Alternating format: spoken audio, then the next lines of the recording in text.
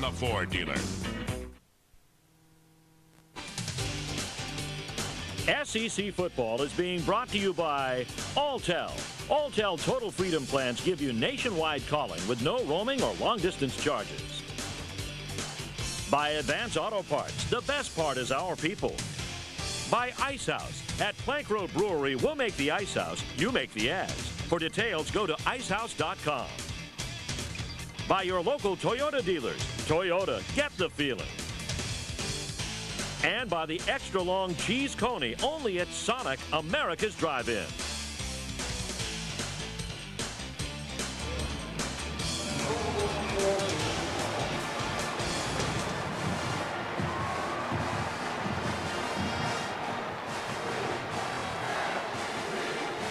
All right, back here as the captains meet in the center of the field to flip the coin. Let's go down on the field. Our sideline reporter this afternoon, Warren Pepper. Warren? You know, these Clemson seniors have never lost to South Carolina. The South Carolina seniors obviously have never beaten Clemson. As if there wasn't a certain amount of other stuff to go into today's game, I think that in itself is just the proper amount of motivation that will be needed on either side as this one's set to kick off. Bill? All right, thanks, Warren. And this is an emotional game. These kids have known each other for a long time. They played against each other in high school and now in college. Some of the South Carolina players talked about this game.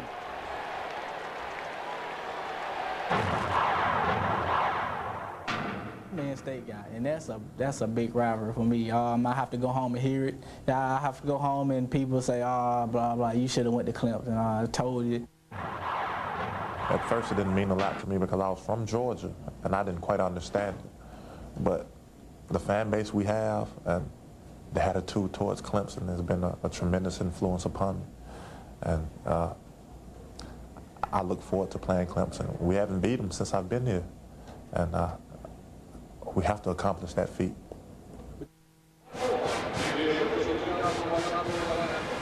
Easier said than done for South Carolina. It's been a long time since they beat Clemson here at Williams-Brice Stadium. You got to go back 14 years to 1987. And Clemson has won the last 4 meetings, and since Lou Holtz came in, he's on 2 against the Clemson Tigers. Jim, Lou Holtz talked about this football game today. A real emotional week for him, and I think he's still wondering how his guys are going to recover from the loss last week to Florida. Yeah, devastating 54-17 loss right here at Williams-Brice Stadium last Saturday night. And Bill, last week it was a sea of black as the fans and the student body here all wore black. And today I'm seeing garnet and white. They want to change everything from last week's difficult loss to Florida. And in fact, Lou Holtz gave the players Monday off just to have another day to recuperate and focus on this game today versus Clemson. South Carolina won the toss, and as you see so many times throughout the course of the season, they have deferred. So Clemson will receive. And of course, they're in the white jerseys, as you can tell, and the garnet and white for South Carolina. Full house here at Williams-Brice Stadium, ready to kick this football game off. This is returnable, and this is Derek Hamilton at his 4-yard line. And a nice solo tackle at the 16. And that's where Clemson will take over first down. Clemson will take over first down and 10.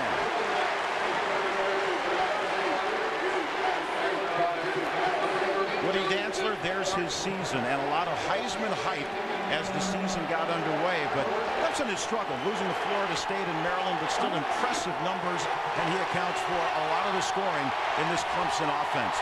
Now, Clemson in the previous 2 ball games against South Carolina has used some strange formations offensively. We'll see what happens here this afternoon. First down and 10, Dantzler in at quarterback. And it's a quick out to Hamilton. Great defense by South Carolina. Andre Goodman, the senior, makes the tackle. Here's the Chevy starting lineups. Let's take a look at Clemson, and there is Travis Zachary. Jim, maybe a guy who has not had the season that they thought he would. No, really hasn't had the big production they thought he might. And in fact, he's not scored a touchdown in their last 4 games, despite being Clemson's all-time touchdown leader. And there's Kyle Young as part of the offensive line for Clemson.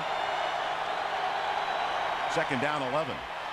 Straight ahead handoff, taking it up across the 20 to the 21-yard line.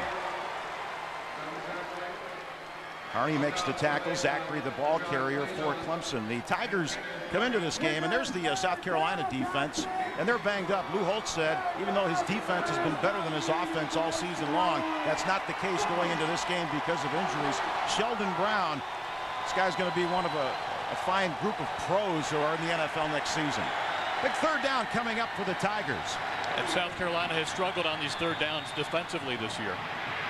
Chancellor has time, but the pass incomplete, intended for McKelvey. McKelvey cut in, and the pass went to the sideline. So an emotional good stop for the Gamecocks on the opening drive. And Bill, exactly what the Gamecocks want on defense. They want Woody Dantzler to throw. Not that he's not capable of that, but he's a great running quarterback first and foremost. If you can make him throw, Carolina feels like they have a much better shot in this game today.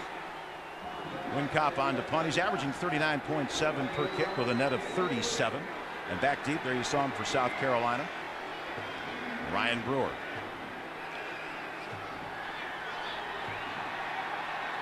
Plenty of time still on the play clock, down to 6 seconds. Returnable. Here's Brewer at midfield. And a nice return of 11 yards to the 39-yard line of Clemson. So that's where South Carolina will take over. First down and 10. Feaster on the tackle for Clemson. A 31-yard punt. As far as South Carolina goes, 183 yards on the ground per game this season, 176 in the air, and we will watch how Phil Petty performs at quarterback. There's his season numbers, his final game in this stadium, and he'd love to go out a winner against arch rival Clemson. And no doubt that on senior day at home, he's going to play in this football game as a senior and go as long as he can. Shotgun formation. And it's a running play. This is Derek Watson spinning, fighting, and a few yards down to about the 37-yard line. We also have a flag down on the play. Here's the South Carolina lineup, and there is Pinnock, who has really taken over as the runner on this team as opposed to Watson, and he has accounted for 10 touchdowns this year. The bigger of the two backs goes 250 pounds. He's a load to bring down. Travell Wharton, part of an offensive line that has been very solid this year at the line of scrimmage.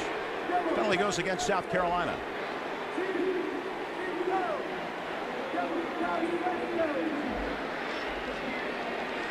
A chop block.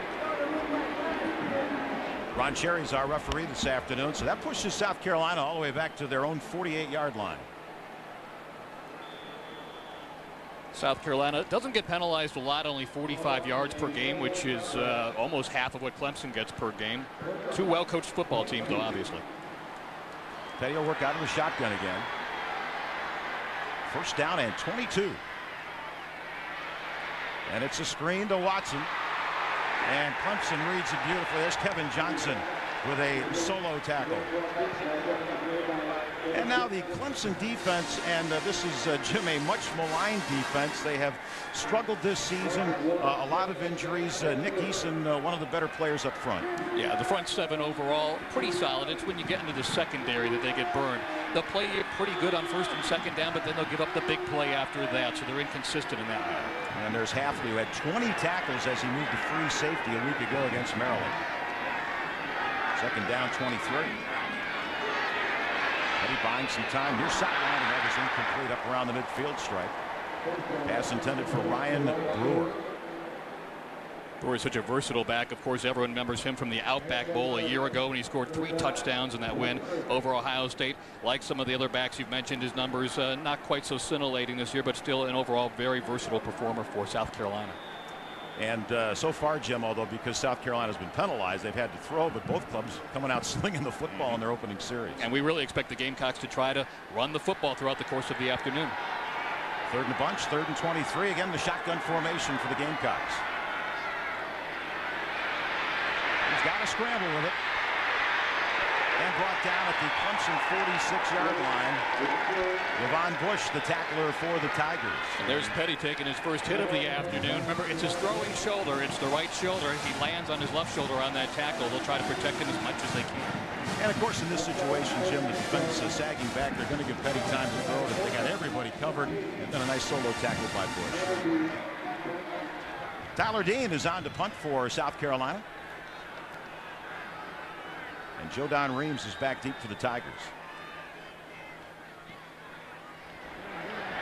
Fairly short.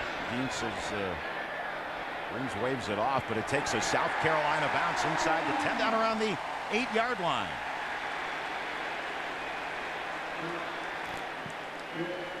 And we have another flag on the play. This is our second flag of the football game.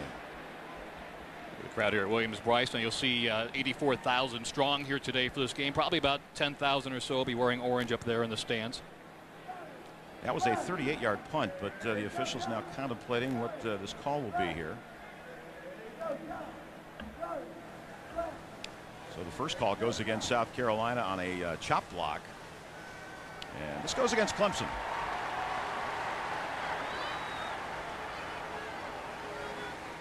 All right, let's go to the Hyatt Regency in downtown Atlanta to see who wins the Dodge Truck in Huddle House's fantastic football promotion.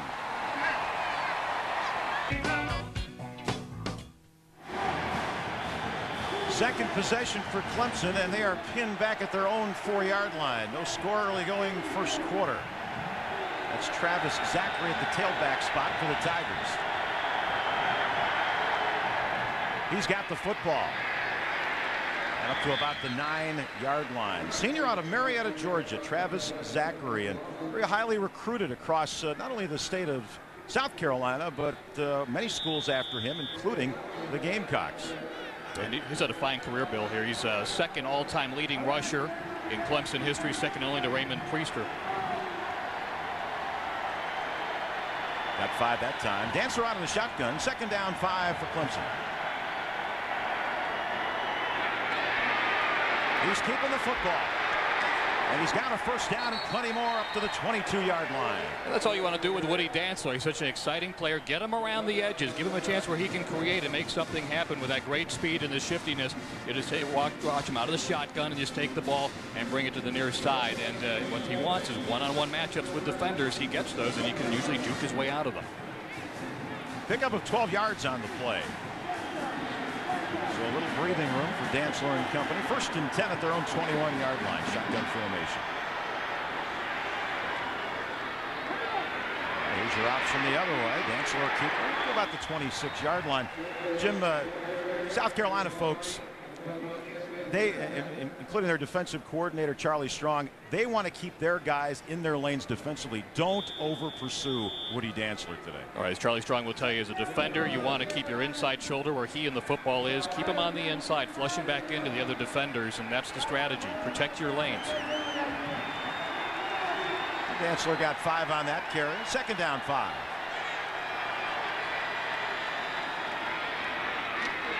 Play action this time. Nice catch up along the Clemson sideline. Spinning, fighting for extra yards. Roscoe Crosby, freshman from Union, South Carolina, and that's another Clemson first down. He's come on. He's had 9 receptions over the past 3 weeks. He's been injured for most of the season, but Lou Holt's an admirer of Roscoe Crosby as well, one of those young freshman receivers. Clemson seems to have a load of them.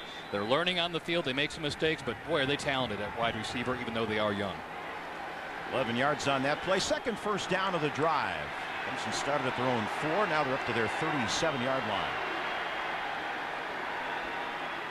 First down play for the Tigers. That's where we change it. Audible here at the line. 2 on the play clock. There's the throw. There's the catch. That time it's Derek Hamilton, and he's up across the 45 to the 46-yard line. Rashad Faison, the tackler for the Gamecocks. Faison's made a couple of tackles. Now here's, again, one of the freshman receivers, Hamilton, that we've talked about is not only a great receiver, but a special teams player as well. In fact, Hamilton's so good, he leads the nation's freshmen in receptions with 47 so far heading into this game. You notice those South Carolina defensive linemen just kind of playing it cozy at the line of scrimmage, worrying about Dantzler's speed to the outside. Second down and 1 after a gain of 9. Down the middle. Oh, and a great catch and a breakaway at the 30. This is Curry. He's going to score for Clemson. Who says Dantzler can't throw out of the pocket, huh? There he is, 2 plays in a row, throwing out of the pocket there, and 3 different freshman receivers making plays in a row, but we do have a penalty flag. Yeah, I think it would be for celebration after the touchdown catch. And there's there's going to be a ton of that today in terms of emotion and these players excited. It's going to be hard to contain From a it. touchdown on the play, the score stands. Touchdown after the score with unsportsmanlike conduct against the scoring team. That's a 15-yard penalty. Every party has a pooper. 54-yard hookup from Dantzler to Areese Curry. His 15th catch of the year. That was a fine pass up the middle, but also a blown tackle. And this tackle, they're leading to the big play. That's what you can't afford if you're South Carolina. The catch after the run. Aaron Hunt on to try the extra point now for Clemson. Of course, the hero in last year's game, one of them, I should say, after Gardner's catch with the field goal to seal the victory for Clemson down in Death Valley and beating the Gamecocks last year. Once again, Ron Sherry talking to the crowd, telling them what the penalty is. Just remember, they started at their own 4-yard line, got a couple of first downs, and then the big play down the middle for a touchdown. We got a 34-yard extra point.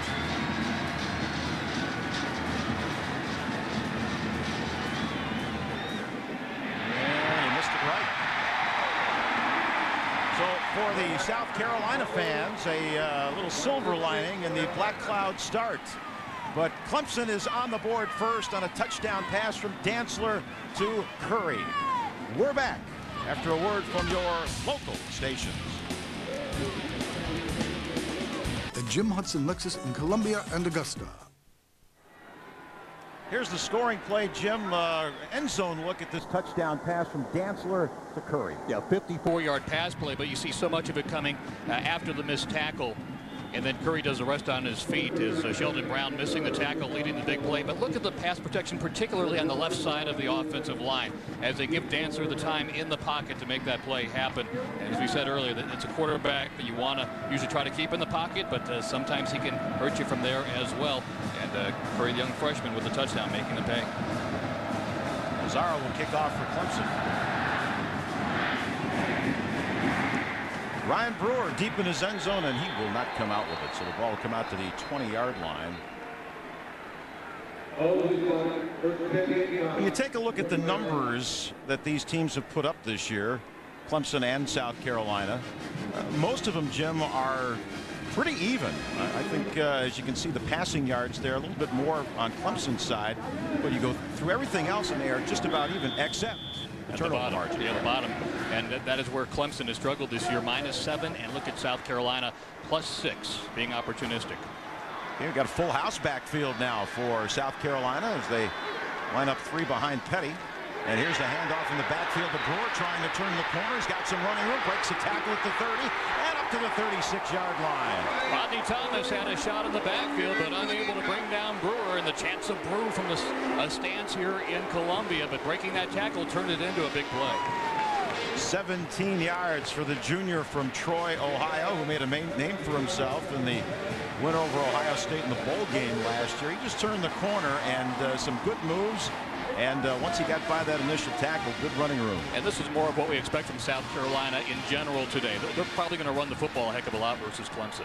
Petty out of the shotgun. It's a quick out, and it's Brewer again.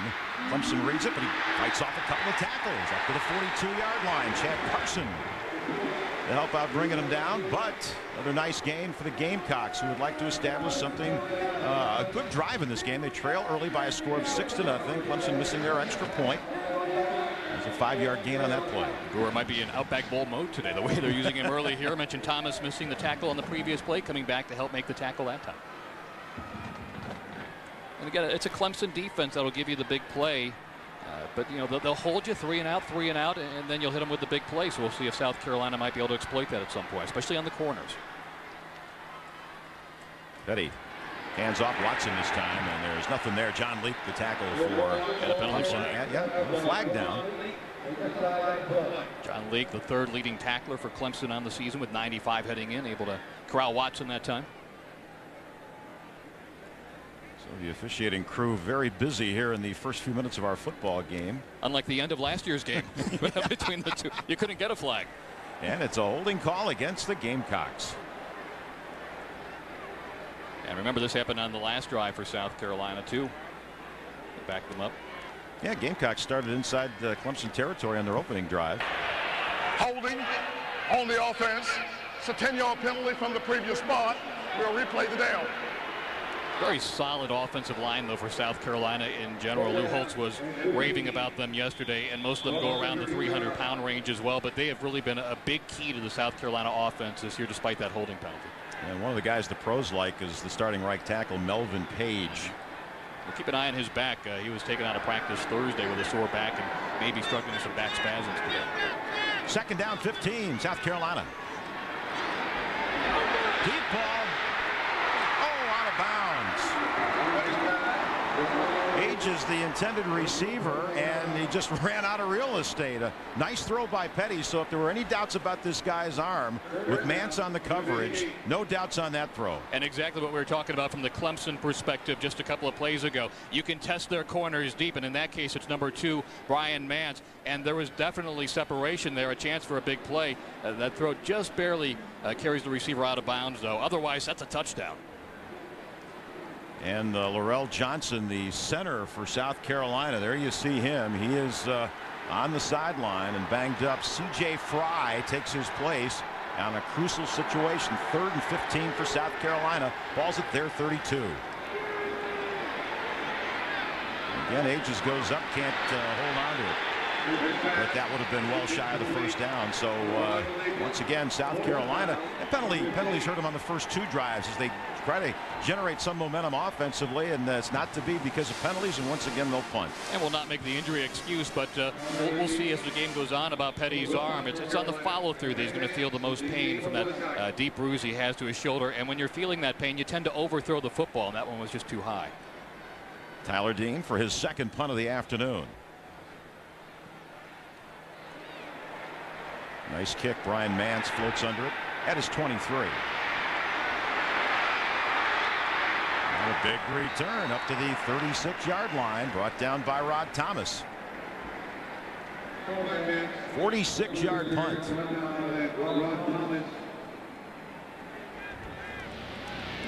So when we come back, it'll be Clemson football, and they've got the lead here in Columbia, South Carolina, 6-0.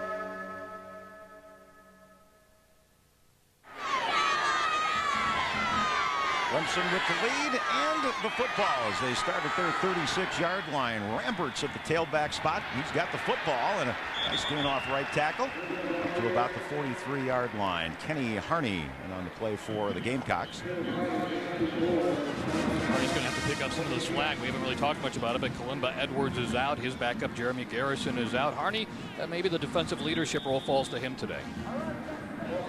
With Edwards out, you use a guy who has 11 quarterback hurries this year. He gets to the quarterback, forces things to happen. We'll see that affects his defense as this game wears on. Right. South Carolina not a team that gets after the quarterback a whole lot. Without Edwards, a lot less. Rambert again, flag on the play. He's up to the 45-yard line. Robinson makes the tackle for the Gamecocks. A lot of yellow stuff flying early in this game today. Prior to the snap, false start, offense. That's a 5-yard penalty. So 5-yard penalty against Clemson. Tigers are 5-4 and not quite bowl eligible yet. We'll get to that after we take a look at the movement that happens. Yeah, the right side of that line got a bit of a jump on the play. A little bit jumpy there. As we mentioned, Clemson about 81 yards per game in penalties. That's a little bit of a high figure for them. So it's been part of the story for the Tigers this year. 2nd and 10 now. Shotgun formation at their own 36-yard line. There's a quick out. There's Hamilton taking it upfield across the 45. Excuse me, that's Crosby. Crosby makes the catch, so his second reception of the ball game. Out of Union, South Carolina, much heralded as he arrived in Clemson from baseball camp. He was signed by the Toronto Blue Jays, a pick in the draft, and he already has a check in his bank account for $1.75 million. Guess he's buying pizza in the dorm, huh? No kidding. And he's a strong runner. When he gets the ball, he breaks tackles. Here's Dantzler, quarterback keeper on 3rd and short, and that'll be a first down for the Tigers up at the 48-yard line. That's a no-brainer anytime you can call Woody Dantzler's number there. As we mentioned off the top, some incredible silly numbers in the early and middle part of the season, but it's tailed off a little bit. Only 5 touchdowns over his last 4 games. The play's coming from the sidelines, and the Tigers not in the huddle, so they get it. They're at the line of scrimmage and ready to go. Plenty of time on the play clock. First down at their 47-yard line. Dantzler keeping it himself, and good pursuit by the South Carolina defense, and there's Kenny Harney again to make the tackle. Harney had 9 solo tackles versus Florida a week ago, a game that otherwise should be forgotten by the folks around here. When you're on the road to watch SEC football this season, plan on eating at Huddle House, where you can order their Big House breakfast and lunch platters anytime, 24 hours a day.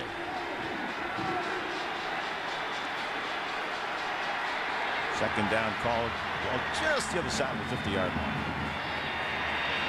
Dantzler keeps it himself, and then Neesmith has to chase him down.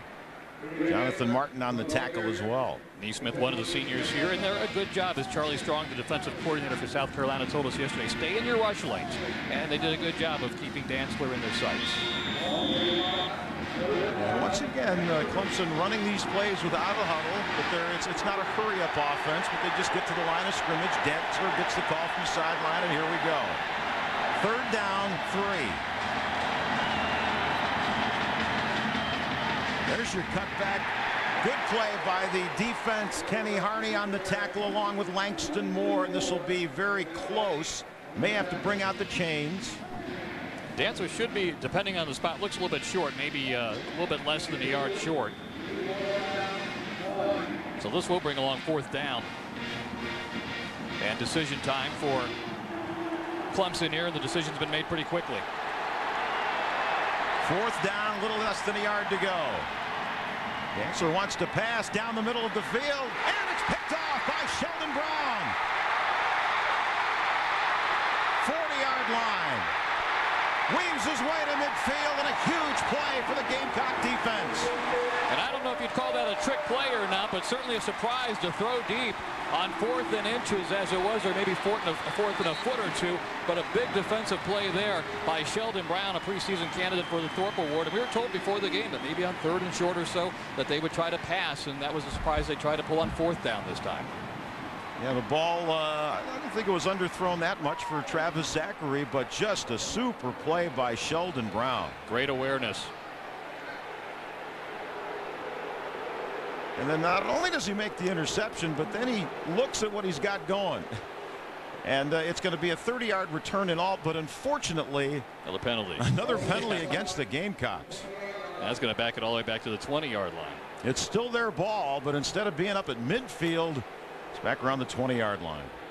As we said, South Carolina +6 in the turnover ratio, but they don't really create a lot of the turnovers. Mostly it's with taking good care of the football on offense. So a big defensive play there, but you hate to give up the field position right away after that.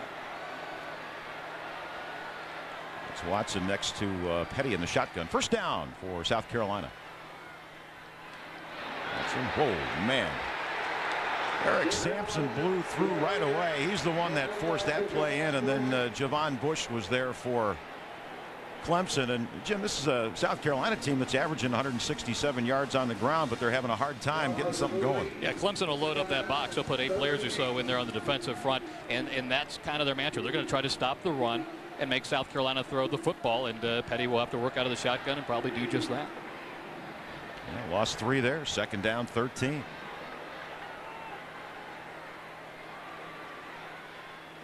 Incomplete. Was that intercepted at the 20? No, it falls incomplete. Brian Scott, the intended receiver, and Brian Mance with a shot at it. Fans, jpsports.com has the coverage you want. No one knows the SEC like JP Sports. And we bring the information to you online. Tune in each week for previews of upcoming games, broadcast information, and many other exciting features. For the inside scoop, log on to jpsports.com. I thought that was a catchable ball for Brian Scott. It was a little bit high, but certainly catchable. Took his eye off of it, and nearly a big takeaway that time for Clemson. Gamecocks 0 for 2 in third down conversions. They need 13 yards on this play. They've got it. Scott down the middle. And a big play for the offense. Meekins makes the stop for Clemson, and a little breathing room and a first down. And unfortunately for the Tigers, their story this year, third down they have struggled. 46% they allow other teams to convert. And this is another case of it here. right over the middle. And Scott, who was the intended receiver the previous play, the top receiver for South Carolina, you've got to have two guys on the top receiver. And you see him come right in the middle of the field once again here, right among three Clemson defenders, and picks up 3rd and 13, converts it for the first down. Well, the Gamecocks now at their 42-yard line. Here's the first down play. Oh, Petty on a keeper. And another penalty flag. And another, yeah, let's have another one. He got a few yards up to the 44. Leak makes the tackle. Petty, of the three quarterbacks, not the most elusive runner, but a better runner this year than he's been in the past, and it adds a nice dimension to the Gamecock offense. This is going to be a South Carolina penalty, though. Another chop block, 2nd 1 on South Carolina. Obviously, a point of emphasis with the referees today. And Lou Holtz wants to find out, okay, now just what the heck is going on here? Well, that's been the story for them today. We have an illegal crackback on the offense. That's a 15-yard penalty. We replayed the down. I mean, it's early in the game. It's self-destructing, but with penalty after penalty in the first quarter of this game, I know Lou Holtz has to be really fired up and not in a good way about it. Oh, Lou told us last year about one of their drives in Clemson that was like 20 plays. This could be one of those drives. They can get 20 plays going. and no points, right? 20 plays without scoring. Shotgun formation, 1st and 23. There's a quick out. Brewer. Head tackle there, missed, and he's up to about the 36-yard line. Sampson and Thomas combined for the tackle for Clemson. Yeah, that was a head-hunting tackle that missed that time. Luckily for Brewer, able to duck under it. Sampson trying to take the helmet off. Saw that Gamecock logo. Saw blood. Number of other games already underway. The Dogs leading at Ole Miss early. Look at that, Kentucky on top, trying to make up for what the basketball team did the other day. The Buckeyes going with a backup quarterback today. Petty with time. Ages has the ball at midfield. Nice catch. And wide open. I mean, nobody near him at midfield at the 50-yard line. Nearly enough to pick up the first down. The deep ball's been the problem for Clemson's defense all this year, particularly on the corners, and that's where Petty's trying to exploit them now. Sure, South Carolina would like to run the football, but they have an opportunity today to throw the football, especially at the corners. There's another big 3rd down play early in the ball game. 3rd down, a couple yards to go. Ball's right at midfield, and some confusion defensively for Clemson as Lou Holtz hopes his offense can keep things going here.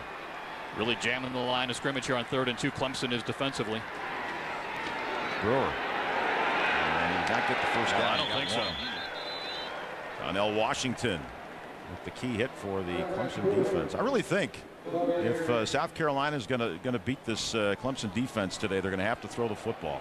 And that means Phil Petty, because, and we'll see more than one quarterback today for South Carolina. We'll definitely see Corey Jenkins. We could see Pinkins at some point, but Petty's your best chance at throwing the football when he is out there. So that's where you want to exploit it here. We saw Clemson go for it on 4th down. Now we'll see if South Carolina decides to go for it. And South Carolina has called a timeout. Petty is no, they haven't. They're bringing the chains in. Okay, we've got an official stoppage in play.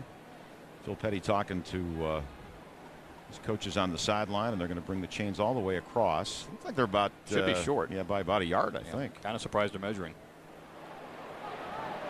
But it buys more time for the thinking process, if nothing else. Ask for the measurement.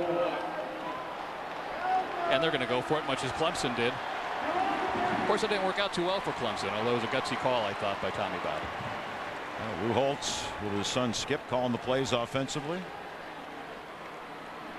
And here we go, 4th down. And strength versus strength. The Gamecocks power rushers and Clemson's best asset on defense is stopping the run. So this could be a whole lot of head knocking going on here on this play, unless they go with the gadget. Again, the full house backfield. And there's Petty changing his call. Plenty of time on the play clock. Pinnock with the football. He's got the first down off right guard. Well, when you've got a guy 5'11", 250 pounds, you just roll him over the right side of the line and you pick up that yard, and that's exactly what they did, running number 4, Andrew Pinnock. And difficult to bring down even if you are good up along the defensive line like Clemson. You just go right behind those big boys up the right side. Got some good blocks. Melvin Page, who you mentioned earlier, is a good prospect. Limba Edwards not playing today as a senior. That they wish they had him out there, but he likes the reaction there in the first down. And that's the end of the first quarter of play, and it's been an interesting one. And so far, Clemson with the only points on the board. Through 15 minutes, it's the Tigers.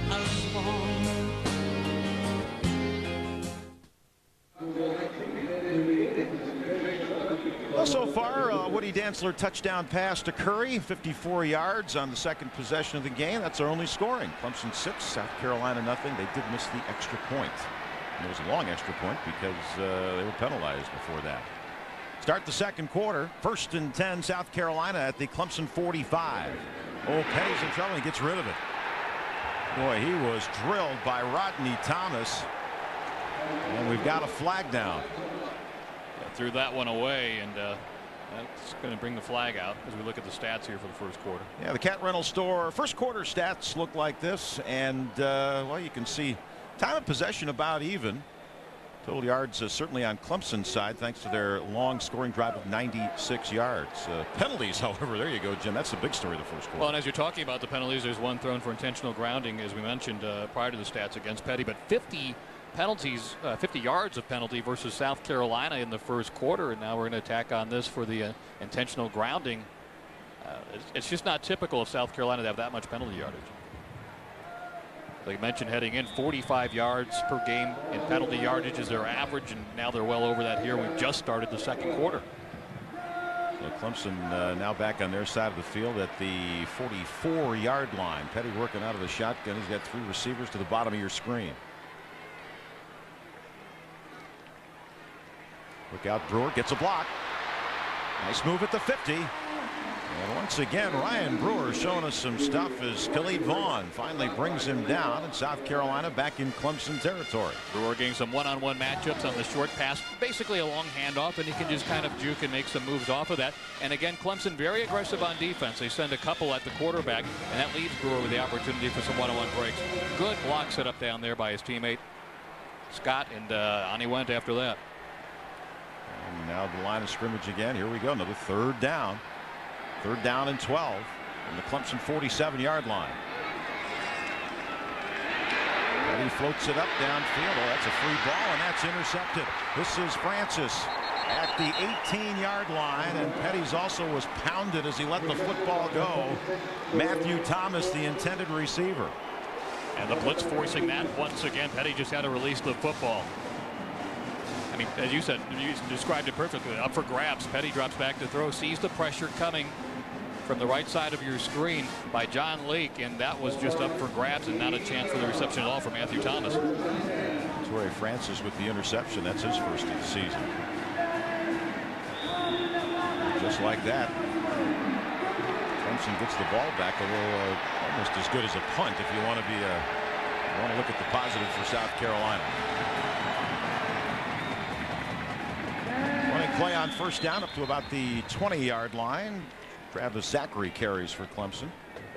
At halftime, we'll be taking a look at the Alltel halftime stats. I guess the thing we'll be focusing on is penalties. That's always exciting when you look at the penalties. See how many penalties we had. Go back over every chop block, every intentional grounding. Always makes for a good second. You know, and some calls you have to make, but sometimes you want to just let them play. Unless these are, and you really have to look at the highlights and single out the chop blocks that they've called and things like that. So you had no problem with the end of game call, non-call here. Please don't get involved in this game. Option for Dantzler. He's going to keep it himself, but he's not going very far.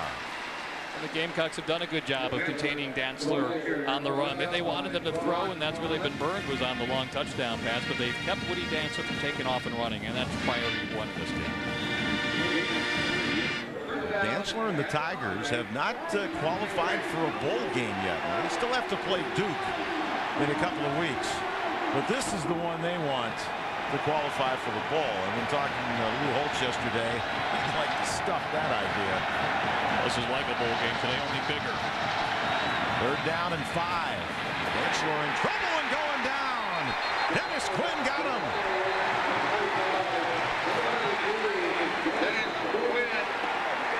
Quinn had an injured knee drained earlier this week in practice. His status was unknown, but great acceleration that time in getting after the quarterback, Woody Dancer. They continue to do a good job of containing Dancer so far in this game. Good penetration into the offensive backfield. And there you see Quinn wrapping him up and dropping him.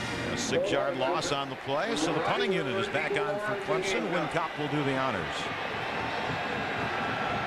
And there's Ryan Brewer.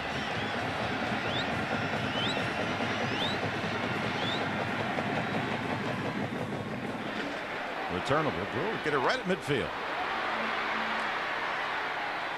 And a 10-yard return to the 40-yard line. So once again, South Carolina comes up with excellent field position, but because of penalties, they have nothing on the scoreboard. We're early in quarter number 2, and it's Clemson.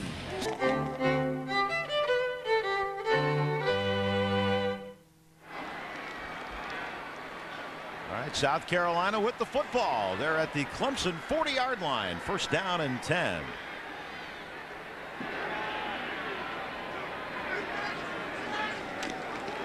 Brewer coming around the corner. Parker's in front of him.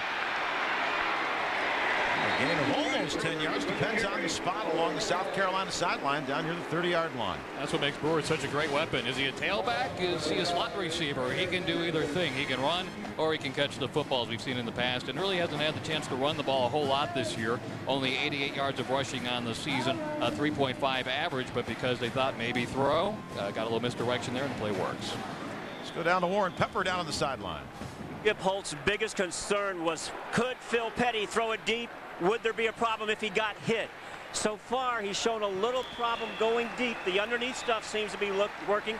They have gotten to him a couple of times. So Holtz's concerns before the game started have certainly been well-founded. But to this point, Petty is gutting it out in his final game in his senior year. And a first down on that play as Andrew Pinnock took just a simple handoff right over center. First down for South Carolina. At the Clemson 28-yard line. It's been their deepest penetration of the ball game.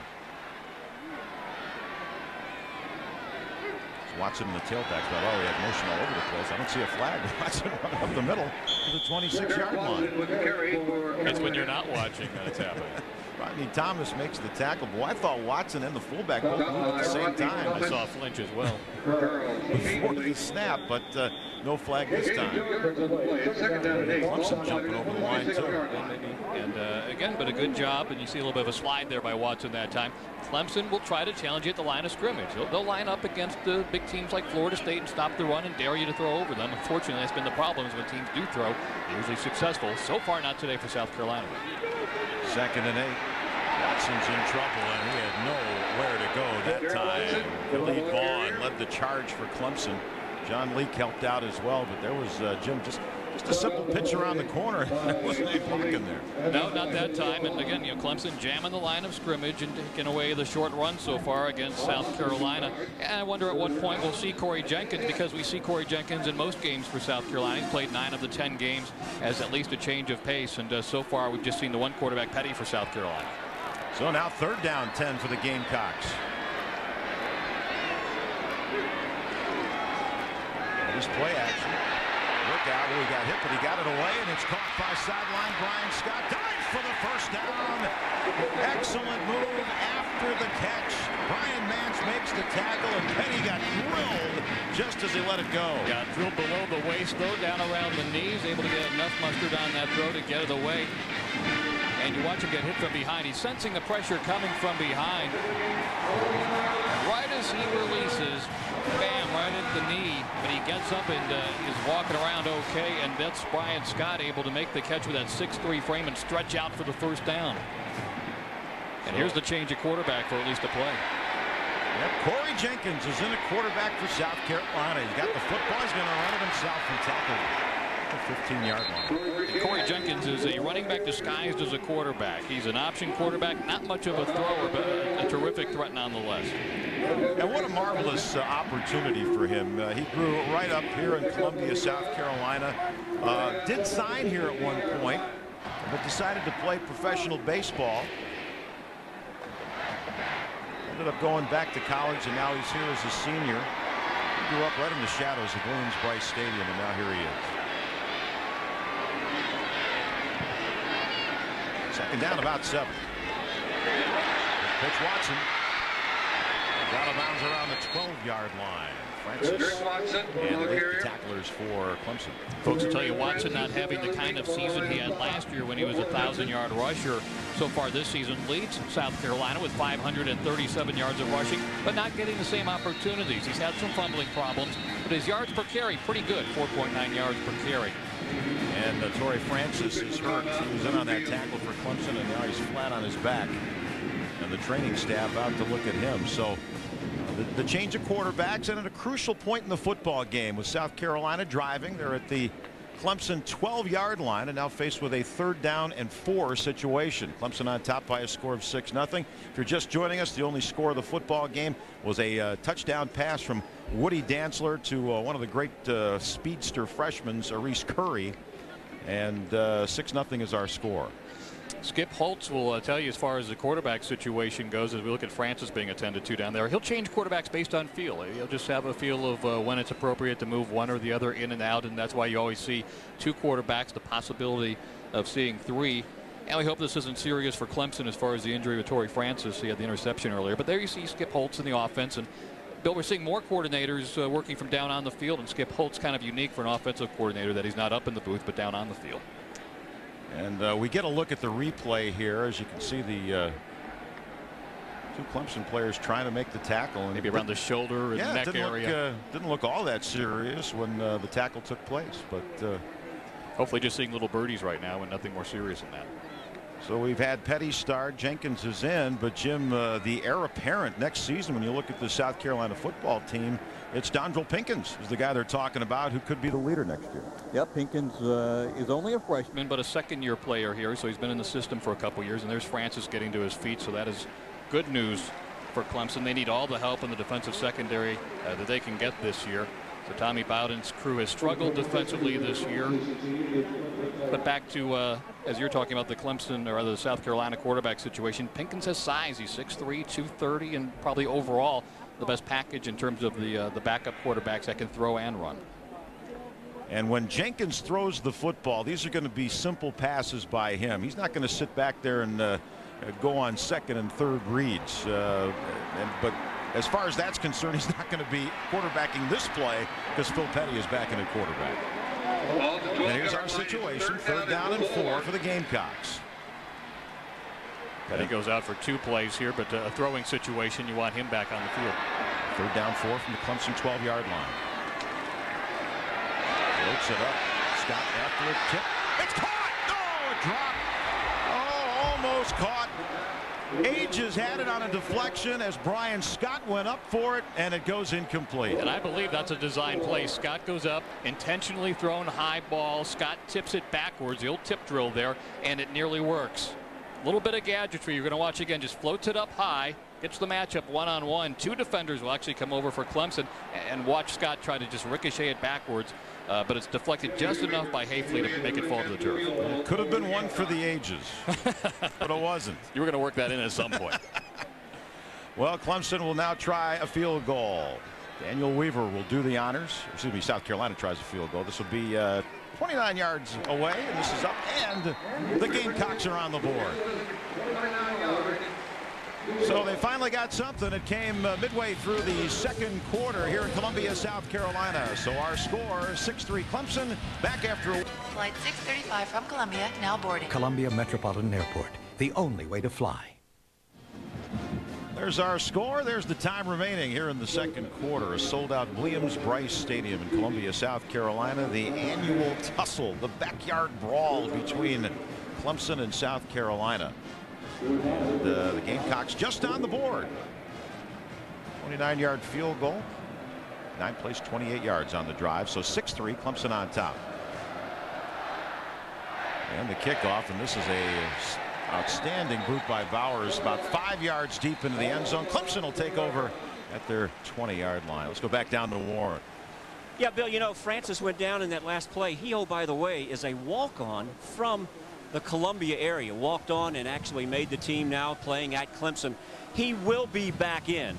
He's shaken up. They said he was a little dizzy when he went to the sidelines, but he is probable to return to the defensive lineup. And Warren, I wonder too, he strained his neck at Maryland last week, if maybe that came to haunt him Dantzler out of the shotgun. First down and 10 Tigers at their own 20-yard line. Up off to Zachary. I don't want it. There's a couple of linebackers coming my way. Let's try again. Well, thrown behind Zachary a little bit. He tried to reach back and get it and run upfield as well. He's in between the hash marks there, and a little bit difficult to haul in. Catchable. They say if you can touch it, you can catch it, but that time Zachary unable to haul it in. I'll go 3 receivers to the bottom of your screen. One to the top. Dantzler with the second down 10. Shotgun formation. Get away. Oh, good defense. That Faison.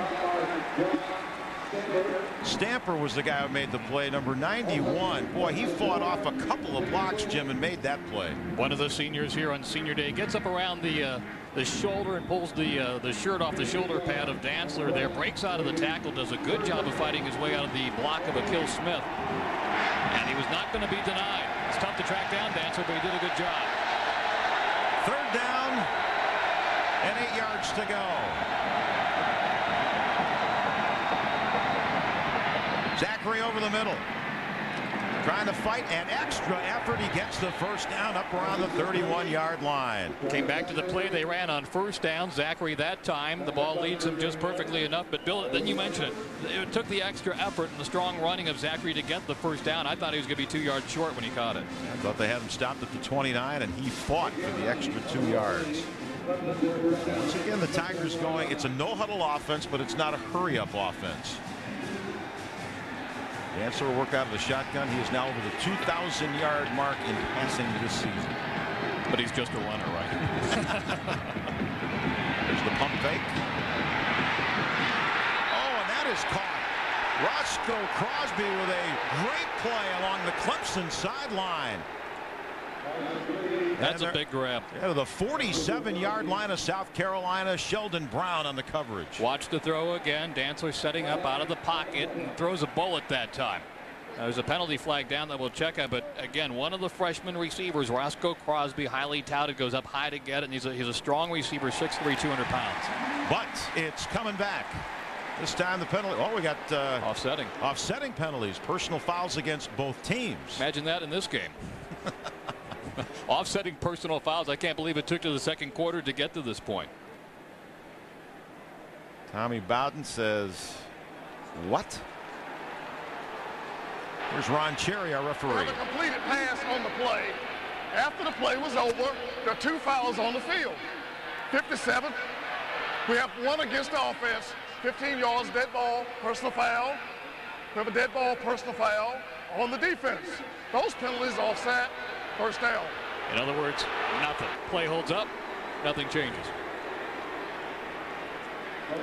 Lou Holt's not happy with the way the flags have been flying today. We can catch what happens after the play. You're Dantzler releasing, and they just continue to go after it. The block that wouldn't end. A little dancing after the play. And then a kick. Right as they were walking away, Langston Moore with a little kick to the behind. Dantzler running himself. Breaks the tackle at the 40. Look out. Dantzler, nice cutback move. And caught from behind around the 23-yard line of South Carolina. So there's the Dantzler that a lot of ACC teams have had to put up with all season. Neesmith brought him down. And that's the Dantzler you said that you expect to see. He's good for a couple of those kind of plays per game, breaking off the long run. First time it's happened in this game today, but he comes into the ball game with 768 yards of rushing, a chance for a 1,000-yard rushing season as a quarterback. First and 10 Clemson at the South Carolina 23-yard line. Rambert breaking tackles.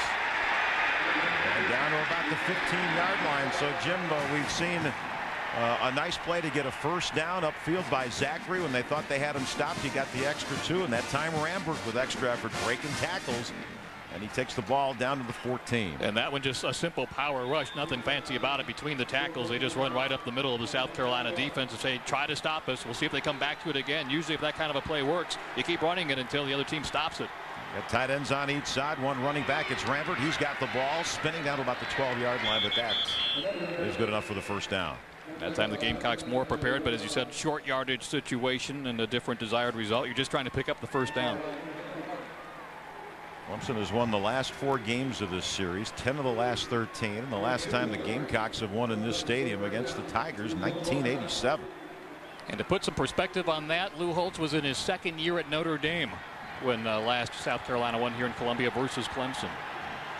First down, 10. Tigers on the move. The ball's on the South Carolina 12-yard line. Flag on the play, and they actually blow the play dead. I think it's going to be a running play, Bill. Pretty sure that was going to be a running play. Getting Dancer around the edges, which is what Clemson would like to do. Brad Scott, the offensive coordinator for the Tigers. Of course, he'll be marching off a few yards here. Well, Cross did the snap. False start offense. That's a 5-yard penalty. Still have first down. You mentioned Brad Scott, and well, we'll talk about Brad Scott in a second. Let's go down on the sidelines again to Warren. Yeah, Bill, it's interesting. You know, Brad Scott, of course, coached here for 5 years. He thinks Woody Dantzler is better than Charlie Ward, who he coached at Florida State, because Ward had better players around him. Got him a Heisman. And a contract with the Knicks. Pump fake. Zachary with it. And down to about the 8-yard line. Langston Moore on the tackle for South Carolina. Nicely designed screen pass off to the left that time. Just needed about one more block, and he might have gotten into the end zone. But well conceived, and a good job by Dancer to hang on to it long enough to let the blockers get upfield in front of Zachary. The thing I was going to say about Brad Scott was a former coach here at South Carolina, and really the media's kind of laid off in recent years asking him about this matchup now that he's a coach at Clemson. He's recruited a lot of the guys on the other side of the field today. Second down call, handoff, and nowhere. Zachary as Rashad Faison came through and made the tackle. The leading tackler on the South Carolina defense, and he makes a nice play there. One of their safeties, and 9 tackles versus Florida last week. Of course, the defense probably had a lot more tackles than they wanted. Losing that game 54-17 last week here. So now a third down situation for the Tigers. This is the 10th play of this drive. The ball is on the Gamecock 7-yard line. And red zone, 22 out of 30 possessions, touchdowns for Clemson this year. Dantzler buying plenty of time. Faison can't make the tackle. Clemson, and the pass incomplete as Dantzler floated to the near sideline trying to hit Jackie Robinson, and now it's 4th down. Wouldn't have counted if he caught it. Steps out of bounds before the ball came there as he ran out of real estate. Robinson with the groin pull didn't play last week, and now they're going to have to settle for a field goal.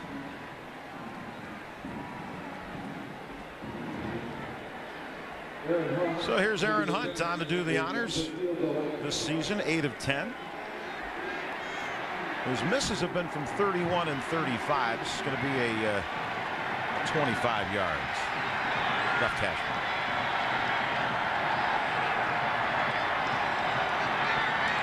Scott's the holder. Kick is up, and you can tell by the crowd here, it's good. They weren't cheering that one.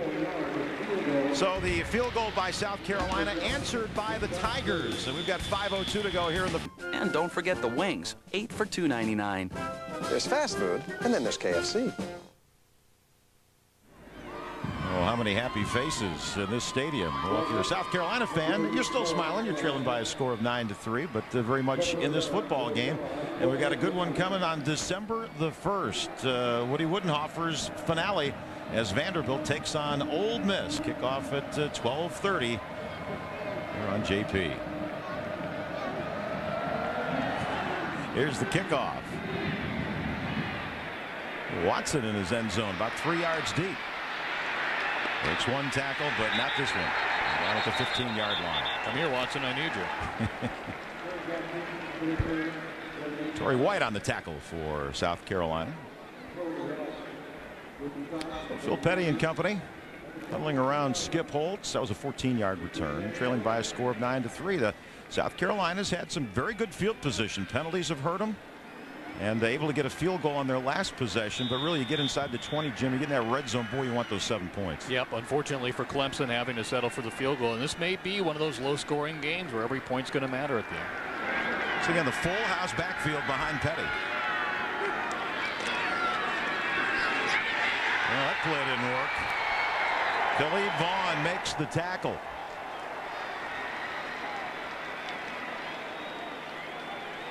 And that was Gauze. Andre Gauze carried the football that time. First time we've seen him in the backfield today, and nothing doing there. No.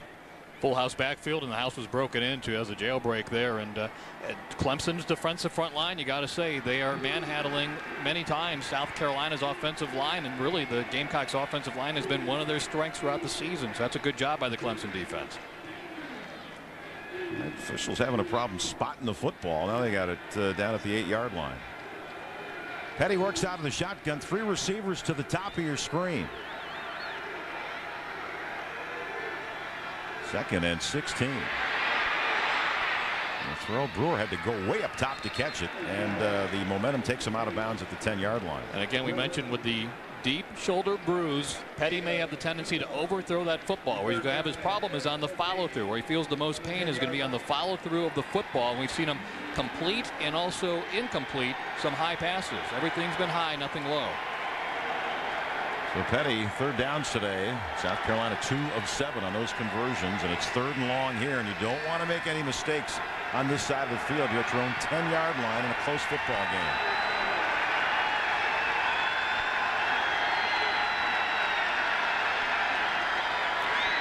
Drop, he puts it up. It's caught.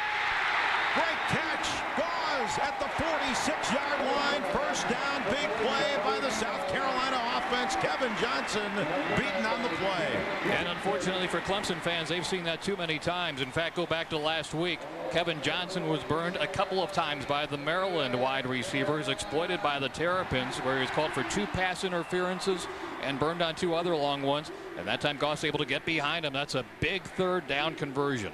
Let's see how Petty looks on the throw. We talked about the bruise on the right shoulder coming through, and you see not real fluid on the follow through. He's been throwing those balls up high, kind of chucking them up there, but that time, because the corners are not so strong for Clemson, he's able to get away with it. Yep, 36-yard gain, and Johnson was beaten on the play, and maybe the ego was damaged as well. But adding injury to insult. The psychiatrist to check that one out, and team trainers will take a look at the physical injury. 36 yards, that's the longest 3rd down conversion of the year for South Carolina, and now they're working at their own 46-yard line, trailing 9-3 late 2nd quarter. Just a bobbled snap and the handoff to Derek Watson. He gets a couple. Ron Bush on the tackle for Clemson. And again, the Gamecocks just not able to run that football through the teeth of Clemson's defense. So Clemson doing a good job of loading it up on the inside. It's going to be how much does South Carolina want to dare to try to beat them deep. Substitutions defensively for Clemson in this situation. South Carolina 3 receivers again to the top of the screen. Petty out of the shotgun. 2nd and 9. The pump. Oh, there's no flag. There it is. There's 3 of them. It's a confetti party. Hemby, the guilty party for the Tigers. Matthew Thomas, the intended receiver. And you don't like to get beat, but better to draw the penalty flag than let a touchdown get scored. That's what Hemby had to do. Talented freshman. In fact, he's had to step into the starting lineup for 2 games. Probably the best option he had at that point after getting beat on the slanting pattern. And there's the call, and we get a look again here at this play, and had a bit on the pump. Matthew Thomas coming across. That's a spot foul. Automatic 1st down. So that is freshman on freshman. The young Bucks learning out there together. And Hemby just having to take the penalty flag as opposed to allowing the big play. There's Clemson's defensive coordinator. Reggie Herring. Reggie Herring, yeah, pulling his hair out. You can see the results. Hudson running the football straight ahead. Nice push by the offensive line of the Gamecocks to the 35-yard line. 85,000 the attendance here at Williams-Brice Stadium this afternoon. You know, last week they had the game day crew in here, and they got invited to the governor's mansion to sleep over and stuff like that. You know, we had a nice dinner and all last night, but I don't feel the same, you know, key to the city kind of feeling for the JP crew. Well, if they win today, they'll want us back. Watson breaks the tackle, cuts outside to the 13-yard line. Brian Hemby finally forces him out of bounds. And a late flag after the play. Oh. Probably against Clemson. We'll wait to see. That's the way the Gamecock players are indicating. It sure is going to be against Clemson, probably tacked on to the end here. And now success running the ball. It's a personal foul to call. And that's where the pass sets up the run. The Gamecocks had been unable to run, but a couple of throws, and it opens up the running game. It's the pass setting up the run. And they're marking this off. Just the spot of the foul is around the 13-yard line, the point of the tackle on the to the goal, automatic first down. So just about everybody on their feet. And that everybody, you mentioned 85,000. That's a Williams-Brice Stadium record. Breaks the previous mark of 84,900 set last Saturday versus Florida. Ball's at the 6-yard line. First and goal for South Carolina. Again, the full house backfield with Pinnock, Watson, and Brewer.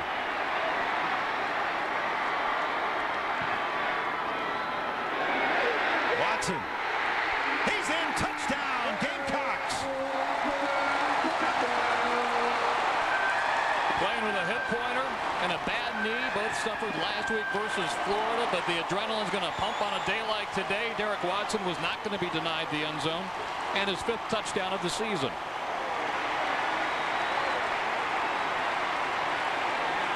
That was a nice long drive. Remember, South Carolina had 3rd and long backed up in their own territory before the long pass set up the rest of the drive. Weaver on to try the extra point, and he's got it. And for the first time this afternoon, the Gamecocks have taken the lead. One more time, the run by Derek Watson. As he'll run around the left side of his offensive line. He's got his fullback teammate Pinnock in there to lay a block as well, but really not much resistance by Clemson. That was 3 strong runs in a row by South Carolina, and culminating in the touchdown run by Derek Watson. And down on the field to Warren. Yeah, Bill, remember the comment made yesterday as it regards Derek Watson when we were talking with Skip Holtz, and I kind of asked him, has it been a down year for Watson? Has he been less productive this year? And he talked to us about the fact that he's got, what, 50 to 60 fewer carries this year, but he's still pretty productive at almost 5 yards a carry. So they believe he's still a very real threat in their offense, but what they've tried to do is spread the wealth around to get the ball in their hands like Pinnock as well as Brewer and let him still be effective when given the opportunity. That NFL mentality of running back by committee. And frankly, Warren and Bill, Watson and Pinnock, 2 good running backs, but they combine for only 19 carries per game. That's between the 2 of them, 19 carries per game. They're just trying to spread it around and get everybody involved. And of course, you've got running quarterbacks that you can bring in as well. That's part of the rushing total, too. Well, the Gamecocks are ready to kick off, and they've got the lead here late in the 2nd quarter. Good beat. And here comes Hamilton. And dropped at the 30-yard line. Nice return. And stay tuned. Coming up at halftime, we will be highlighting the best in the SEC, presented by Don Pablo's. One of the best in the ACC. You're getting a look at right there, Derek Hamilton, in terms of young players. So dangerous. He had a 100-yard kickoff return versus Maryland last week. When he was in high school, his senior year, 8 kickoff returns for touchdowns in 1 season. All right, 2:13 to go. You see the clock, you see the score. 1st and 10 Tigers at their 30. Hansel with time. Ball tipped in the air. Knocked down at the line by George Gauze. 2nd and 10 coming up. 6'5", 223 pounds, just a freshman, but Gauze got both hands up and deflected that pass back into the face of Dantzler. So plenty of time. If Clemson wants to try to establish a good drive in the final couple of minutes. 2nd down and 10 from their 30. Dantzler keeps it himself. And he's got good room across the 35 near the 39-yard line. Rod Thomas, the junior from DeLand, Florida, makes the tackle. Gamecocks going with just 3 along the defensive line, trying to prevent the big play. They don't want Dantzler busting loose on a long run here late in the 1st half.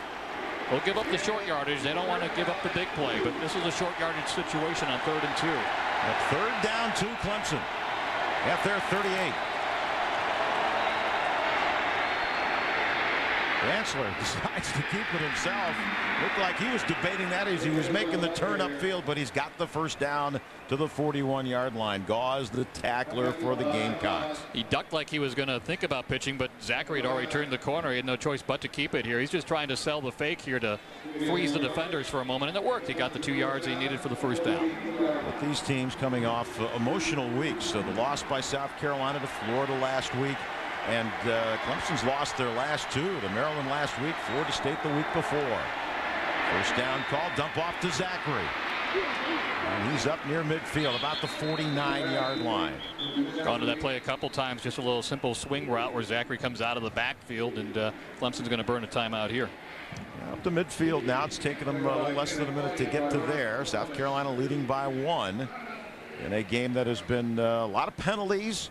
Had some turnovers in this one, but the emotion is there, and these two schools just don't like each other. Go back down on the field. Warren's got some more for us. Yeah, Bill, I thought one thing that was very interesting that Lou Holtz said on yesterday was that their best chance of winning this was to keep it low scoring and to also kind of keep Clemson well within grasp. They've certainly been able to achieve that. I think the biggest concern on the sideline right now for South Carolina is making sure that Woody Dantzler doesn't do what he has done in many games late second quarter this year, and that is just take control of it and get a very last second, almost cheap touchdown kind of thing where he just steals one from you, and then it takes you into the locker room with a nice bit of momentum for the second half. Easier said than done trying to stop Dantzler sometimes. Prior to this drive, Dantzler had 52 yards of rushing. He was 7-11 passing for 125 yards. So Woody Dantzler having a typical Woody Dantzler kind of performance so far. And of course, the other story of this first half has been penalties. There have been 11 penalties in this first half. 5 to the Gamecocks for 61 yards, 6 to Clemson for 48 yards. But I think the big penalties early against South Carolina prevented them from gaining any offensive momentum. They've gotten that now here in the second quarter. You know, Warren might call that the ugliness of this game. Yes, he would. That's an inside joke. Second down and 3 for the Tigers. They're up near midfield. They're 49-yard line. Another option left. Dantzler's got the football. He'll take it to the Carolina 45-yard line. Langston Moore brings him down. So that's good enough for a first down run. He'll stop the clock for just a moment. They reset the ball. Now the clock rolling again as they move the chains. Shotgun formation.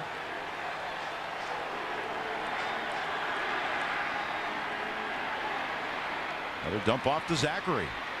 And that play has worked successfully for the Tigers here in the first half, and he takes it down to about the 37-yard line with Harney bringing him down. Gone to it 4 times in this quarter alone, all to Zachary, and 3 times it's worked. The first time it was thrown behind him, but the Gamecocks giving up the underneath stuff and making Clemson use another timeout as they're short of a first down.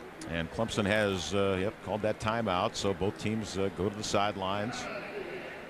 Defensive coordinator for South Carolina is Charlie Strong.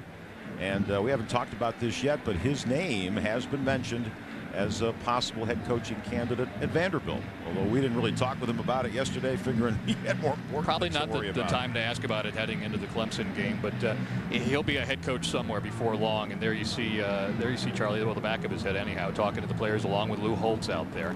And certainly a strong defensive coach. Florida's burned a lot of teams. Not much you can do to slow down that team in particular this year. So Charlie Strong's unit feeling a little down this week and then having to pick themselves back up to get ready for this Clemson game. But when you have a rivalry game like that, it's the best tonic. Get back on the field and get jacked back up for another big football game. Take a look at some scores from other action in college football. And now Ole Miss with the lead on Georgia in the second quarter. Where's the Tennessee offense today? And the Buckeyes showing Belisari out there hurt. Needed a designated driver the other night. And Georgia Tech, their usual offensive explosion. We'll see if their defense holds up today. Second down, 3 yards to go. Tigers are on the South Carolina side of the 50 at their 38. And there's Zachary again. And he's brought down at the 30-yard line. Excuse me, that's Reese Curry, number 9, who makes the catch. Gamecocks laying back in kind of a soft zone right now, as Warren mentioned, not wanting to give up that big play to Woody Dantzler, trying to let that clock run, but still 33 seconds, a lot of time for Woody Dantzler to operate with the offense here. A lot of huddle. 1st and 10. Throw over the middle, and that is dropped. It's incomplete at the 25-yard line. Derek Hamilton had it there, couldn't hold on. Good coverage in the secondary. And that time the Gamecocks sending a couple extra players at the quarterback, though picked up nicely by the Clemson offensive line. We'll send a couple of linebackers up the middle, and we'll watch it from the end zone view. Each one gets picked up. Good protection for Dantzler, but he has to settle for the underneath route, and it's broken up. 2nd down and 10, Clemson. The clock says 18 seconds to go. 2nd quarter. They're trailing South Carolina by a score of 10-9. 6 on the play clock, and the South Carolina defense asking for some noise. They got it as Dantzler drops back to throw. And that's incomplete. Matt Bailey, the intended receiver there. And now with 3rd down and 10 and only 11 seconds remaining in the first half, you have to start thinking field goal and maybe picking up not only a couple of yards, but getting it on the part of the field you want, and your kicker is going to be comfortable kicking a field goal from Aaron Hunt. So we'll see what kind of a play call they come up with here on 3rd and 10. Yeah, his longest is 48, and they would be about that distance if this was the line of scrimmage, the South Carolina 30. 3rd and 10, 11 seconds to go in the half. Again, Dantzler with time, floats it far corner of the end zone, jump ball, intercepted in the end zone. Well, they weren't thinking field goal, they were thinking touchdown. They came back to bite them. 2nd takeaway in the game now for South Carolina. And the 2nd for Sheldon Brown. So Clemson went for it all, opting not to even have a chance for 3. They put it up. And another great play by Sheldon Brown. I guess the thinking was that maybe they were comfortable with the field goal range to try it. Let's try to get 6, and then we'll settle for 3 from where we are. But a jump ball, and as you said, Sheldon Brown, 2nd time able to get the pickoff there. And now South Carolina's Phil Petty will come out, take a knee with just 3 seconds to go here in the half. And that'll do it. So 85,000, about 75,000 rooting for the home team today. And it's been an interesting first half full of penalties, some turnovers, but in the end a late touchdown in the 2nd quarter for South Carolina by Watson, and they've got themselves a lead. This is one of the great rivalries in college football, and both coaches head to the locker room now at halftime, and I'm sure they're going to try and regroup, go over some things what mistakes have been made, and let's go down on the field to Warren.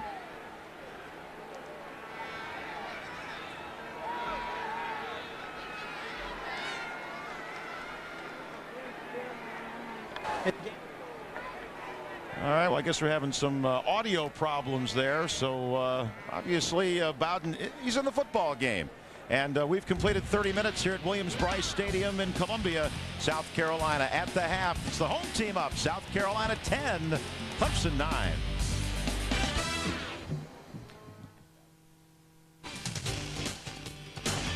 SEC football is brought to you by Sonic, America's Drive-In, and their friends at Dr. Pepper.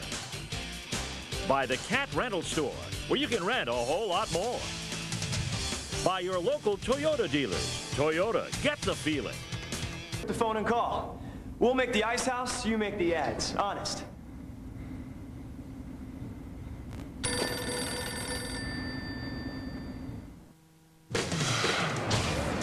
That was Tennessee offensive legend Stanley Morgan. Stanley was a great running back and receiver for the Volunteers from 1973 to 1976. He totaled 1,952 career rushing yards as a tailback and caught 48 passes for 1,075 yards as a wide receiver. He scored 39 Tennessee touchdowns and will go down in the record books as one of the great all-around talents in SEC football history. This moment in Southeastern Conference football is presented by Citgo. We know you.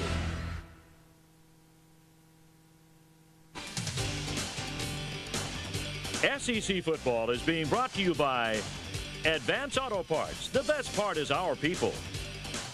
By Chevy, the cars you can depend on, the cars that last, will be there. By Alltel. Alltel Total Freedom plans give you nationwide calling with no roaming or long-distance charges. By Pizza Hut. So much variety, the best pizzas under one roof. By Choice Hotels International, the power of being there. Go. By BMW. Visit your local BMW center for a test drive. BMW, the ultimate driving machine.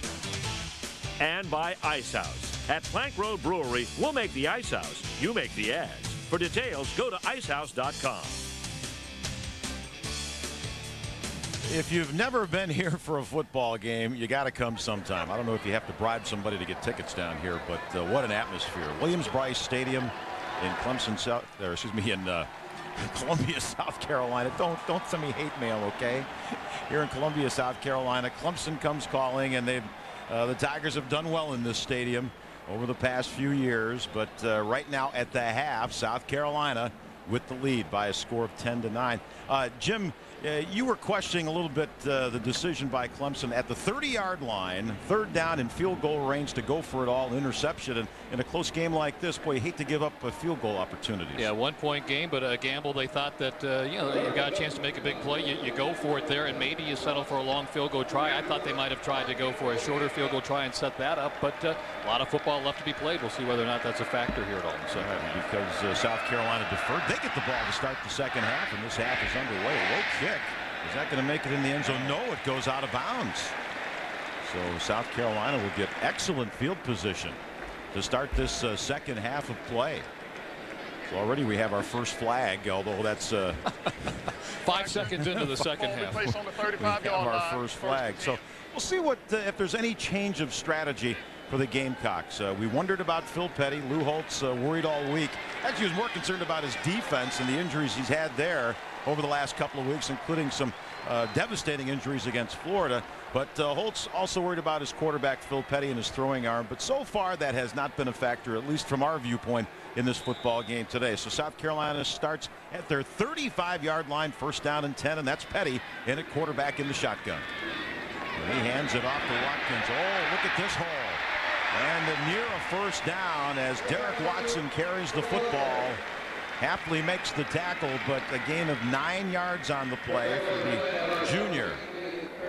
And there is Petty's numbers in the first half, 108 yards.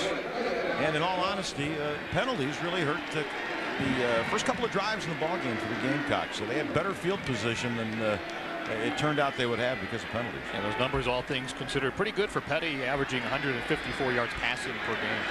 It looked like somebody was offside there. It's a quick hitter to Andrew Pinnock, and he's got the first down. John Luke makes the tackle. Gamecock struggled running the football for the first quarter and a half or so, but in the second half of the second quarter, they started to find their rhythm and some holes in running the football, and they've come out here strong to start the second half by running a couple of times and picking up a first down.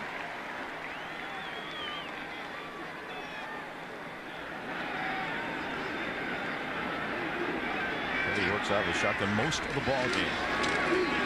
Straight ahead running play. Watson with the football. A few yards to the midfield stripe. And once again, Leak makes the tackle. And this was the expectation coming into the ball game, that South Carolina would try to pound away at the Clemson defense. But again, Clemson doing a good job for a good part of the first half in denying that. We'll see if this becomes a point of emphasis for Skip Holtz and the Gamecocks offense, trying to run the ball more here in the second half. Passing down, you've got second down 7, the ball at the midfield stripe. It's our opening drive of quarter number 3. The blitz was coming. Here's a quick out and the catch. And this is Brian Scott, and he is close to a first down, tackled by Eric Meekins at the 44-yard line, so that's about a yard shy. Third reception in the game for Brian Scott. He had 2 for 36 yards in the first half. This is a safe route and not something that's going to test Petty's arm too much either. He's able to make the short and intermediate throws with that sore shoulder. The deep balls are going to give him more of a problem.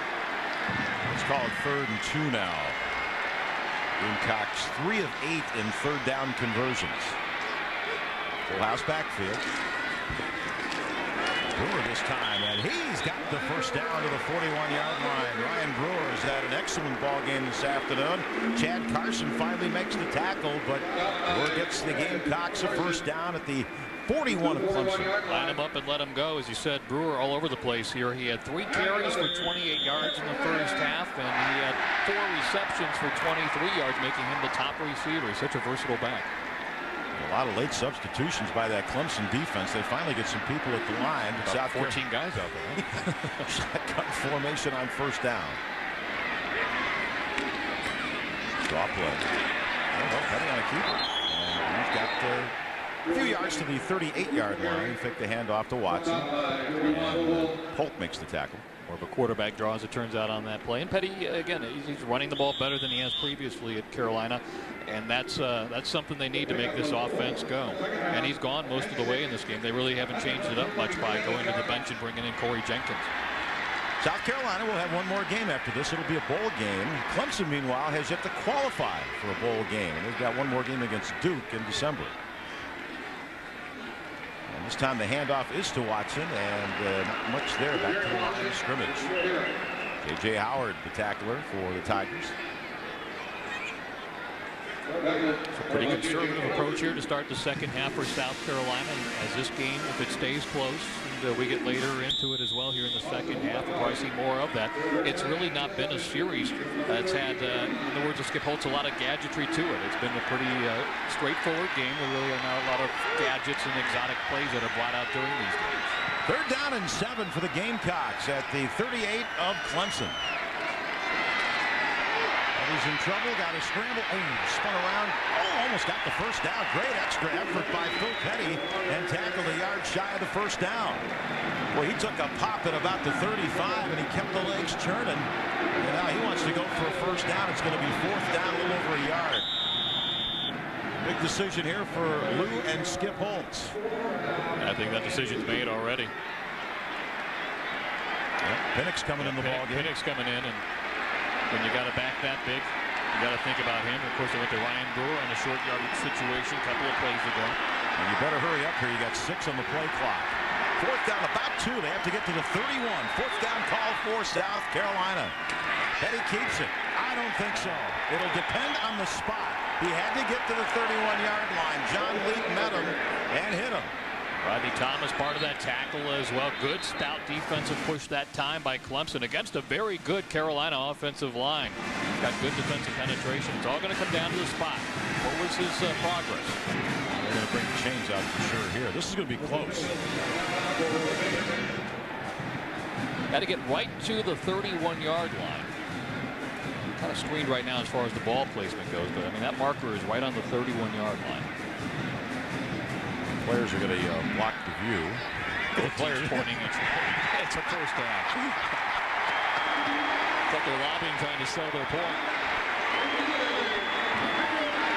Well, good tough effort back-to-back by Petty on a couple of tough runs. So it was just enough. And a first down for South Carolina, so the drive continues. Well, it started at their own 35 after the kickoff to start the 3rd quarter went out of bounds. 10 plays into this drive right here.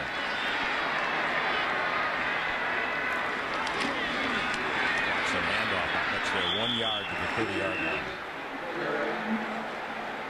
Some of the fans venting their frustration with some of the play calling right now, but hey, it's got them down to the 30-yard line. Brian McNeil makes the tackle.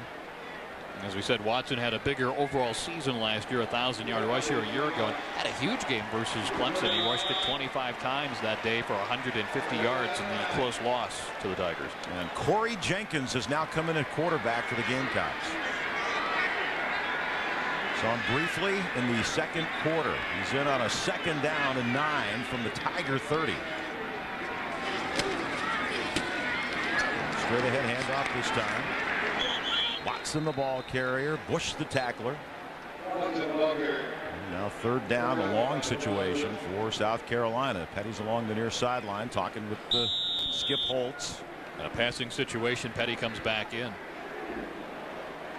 But again, it's a field situation with Skip Holtz, the offensive coordinator, in terms of how he wants to run these two quarterbacks in and out. They've been doing it all season here. Gamecocks 4-10 on third down conversions this afternoon. 3rd and 7. Here's the call with Petty out of the gun. Draw play up the middle. And Watson tackled at the 25-yard line. Rodney Thomas saves a huge run there with that tackle. Thomas has been all over the field today. He's really having an outstanding defensive game for Clemson. That's just a great open field one-on-one tackle preventing the first down. So the decision now, obviously, go for a field goal here. This would be a 42-yarder by Daniel Weaver. Kimmery's the holder. Weaver's longest this year, 43, right in the middle of the field. It's right down the middle, too. He's got it. Daniel Weaver connects right down the middle. So South Carolina takes the opening kickoff. We're really impressed with the schools here. Long's Pond by the Mungo Company. Take exit 51 off I-20 and follow the signs. Long's Pond. You'll love your new neighbors. Gorgeous day here in Columbia, South Carolina, and the Gamecock cheerleaders having a good time. They've got the lead after an impressive drive to start the third quarter by the Gamecocks. 13 plays, 40 yards in 7 minutes 10 seconds, and Weaver connects on a 42-yard field goal. Yeah, you talk about shortening the game. Opening drive of 7 minutes and 20 seconds, chewing up nearly half of the third quarter as they just ran the ball and continued to run the ball. A dangerous man for Clemson, Derek Hamilton. Troy Bowers will do the honors kicking off for South Carolina. Hamilton's got it at the goal line. And he takes it up to about the 34. And that's where we'll see Dantzler and company for the first time here in the third quarter. Here are your numbers again. 13 plays, 40 yards. And as Jim pointed out, that's a long time, nearly half of the third quarter. South Carolina had the football. That's the best way to stop the other team from having the football. Especially when that other team's got Woody Dantzler. The more you can keep the ball out of his hands, the better your chances of victory by the way. Dantzler with huge games this year against Georgia Tech, NC State, and Wake Forest. Shotgun formation on first down. Oh, gotten a drop at the 35-yard line.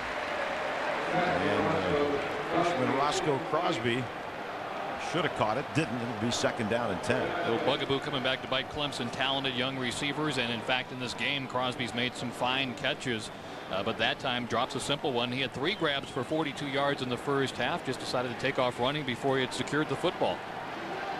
When you think about the future of this Clemson team offensively, with these 3 rookie wide receivers they have, wow. Dantzler barking out his call here at the line. 4 on the play clock. Quick hitter and a big hole up near the 40-yard line. This is Chad Jasmine, number 10 with the football. Brian Brownlee. Zachary who carried the football. Up to the 40-yard line. We got an injured Gamecock now being tended to. Right at the spot of the tackle. Brownlee, the guy who made the tackle. The training staff had to walk him to the sideline. Another freshman playing in this game today, 6'3", 235 pounds.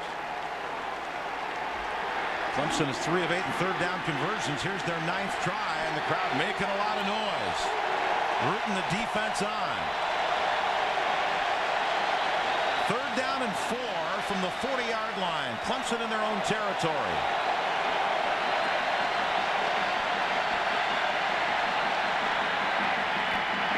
Plenty of time for Dantzler, but nobody's open. And pushed out of bounds along the 40-yard line. Far sideline, Rod Thomas chases down Dantzler, held his ground, didn't let him get by, and Clemson will have to punt the football. Dantzler trying to turn the corner, but obviously trying to throw the football first. That's a good defensive secondary play by South Carolina, denying the throw upfield.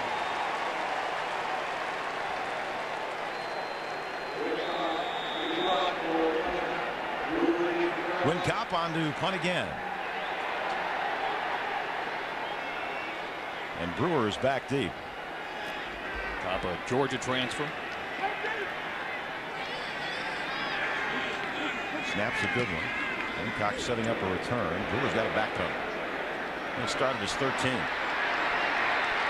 By one Tiger, but not the second and third. He's brought down along the 18-yard line. So South Carolina gets the football back, and we've got the lead in our football game. It was a 47-yard punt and just about a yard or two on the return. Very few of his punts are returned this year. In fact, coming into the game, Win Kopp had only 11 punts actually returned this year, leading the ACC. Only 71 return yards on 35 punts, so essentially 2 yards per punt return when teams have tried to run. We got a penalty here? Yes, we do. Flags flying all over the place in the stadium today. So hold everything. Ron Cherry, our referee, was yelling over at Tommy Bowden, explaining what the call is. Lou Holtz talking to his guys, trying to figure out, hey, get out there and find out what the problem is. Well, Tommy Bowden has not lost to South Carolina in this rivalry. A short stay here, and same for Lou Holtz the other way in reverse. Has yet to beaten Clemson in this series. These great rivals who meet each year. When you're on the road to watch SEC football this season, plan on eating at Huddle House, where you can order their Big House breakfast and lunch platters anytime, 24 hours a day.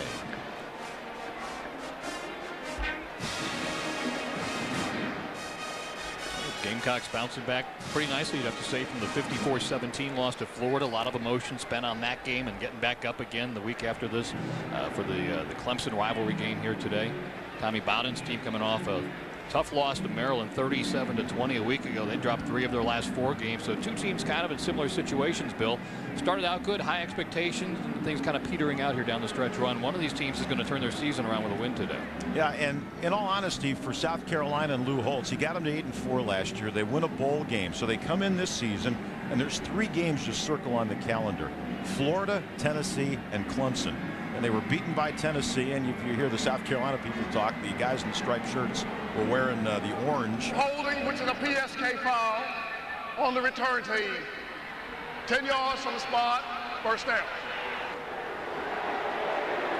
Well, South Carolina will be pinned back inside their 10 down on the 7-yard line to start this drive. But as I said, South Carolina faced with 3 huge games that they want to win. When they get that schedule out, when are we playing Tennessee? When are we playing Florida? When are we playing Clemson? We know when the Clemson game is at the end of the season. But they lost to Tennessee, lost to Florida, but got a chance to win this one today against Clemson. Very interesting. Get 0% interest on all new Fords until November 20th. Nobody buys them for less. Nobody sells them for less. Bob Bennett Ford. South Carolina football as they start this drive. They've got the lead. They've controlled this third quarter of plays. Their second possession, first possession, over 7 minutes.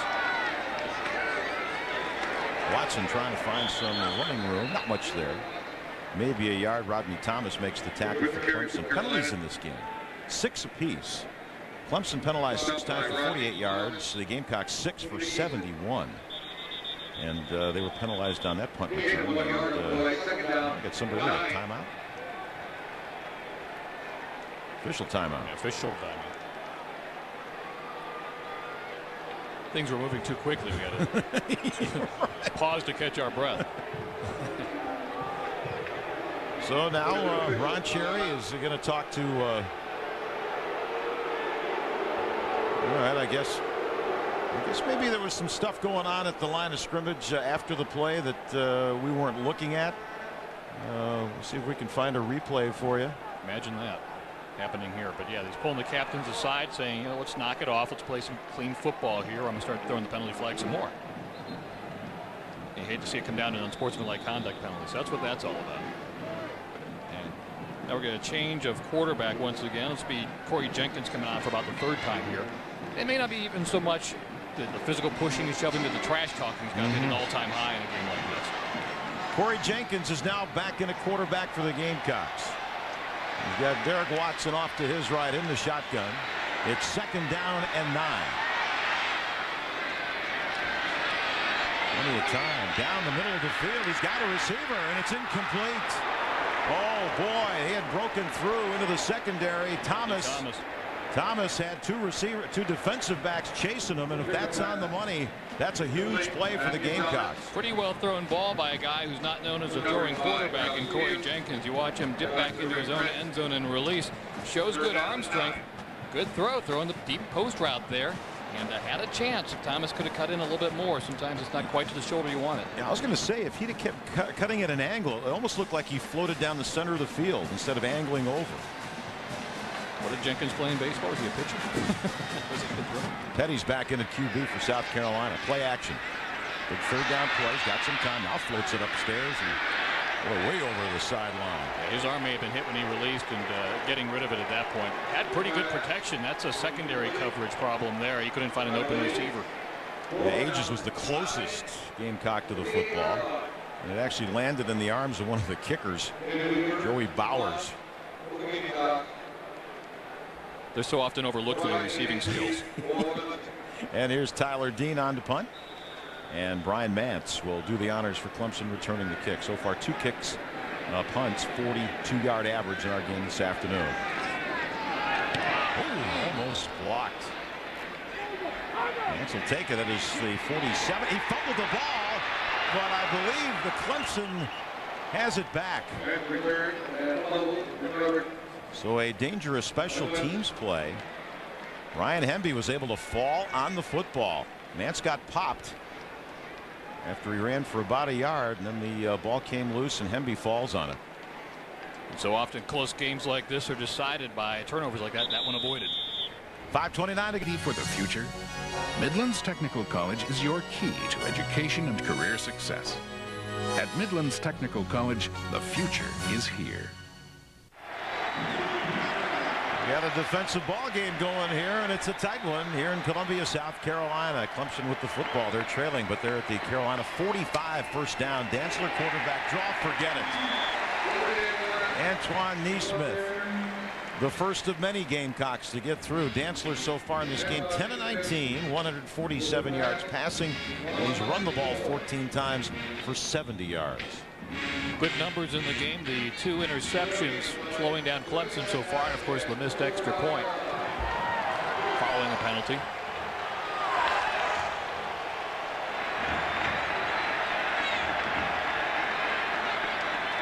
Dantzler running the option.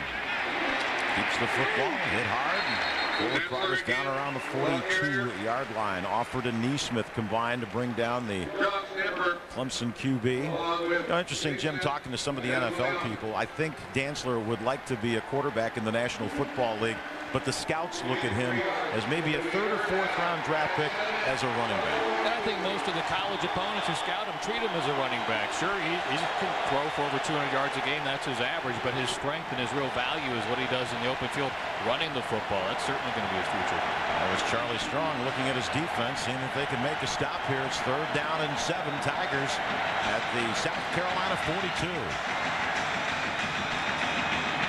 So pumps, scrambles, in big trouble, and he's just going to throw it away. Great defense by South Carolina that time. They didn't chase Dantzler around and lose their position, and they force a punt by Clemson. And let's go back down on the field. I think we have a penalty flag down there. Let's go back down on the field to warn. Yeah, Charlie Strong, the defensive coordinator, said if there is a penalty, decline it. He likes to be downfield because he says he wants to look in his players' eyes. He doesn't like that whole thing with trying to communicate information via the headset up top. He wants to see him face to face. He's practicing his head coaching technique. That's what he'll be before long. Here's the punt, and it's a good one. Oh, it's right at the goal line, and then kicked off Hamilton's foot. Yeah, into the end zone, through it. Ball will come out to the 20-yard line.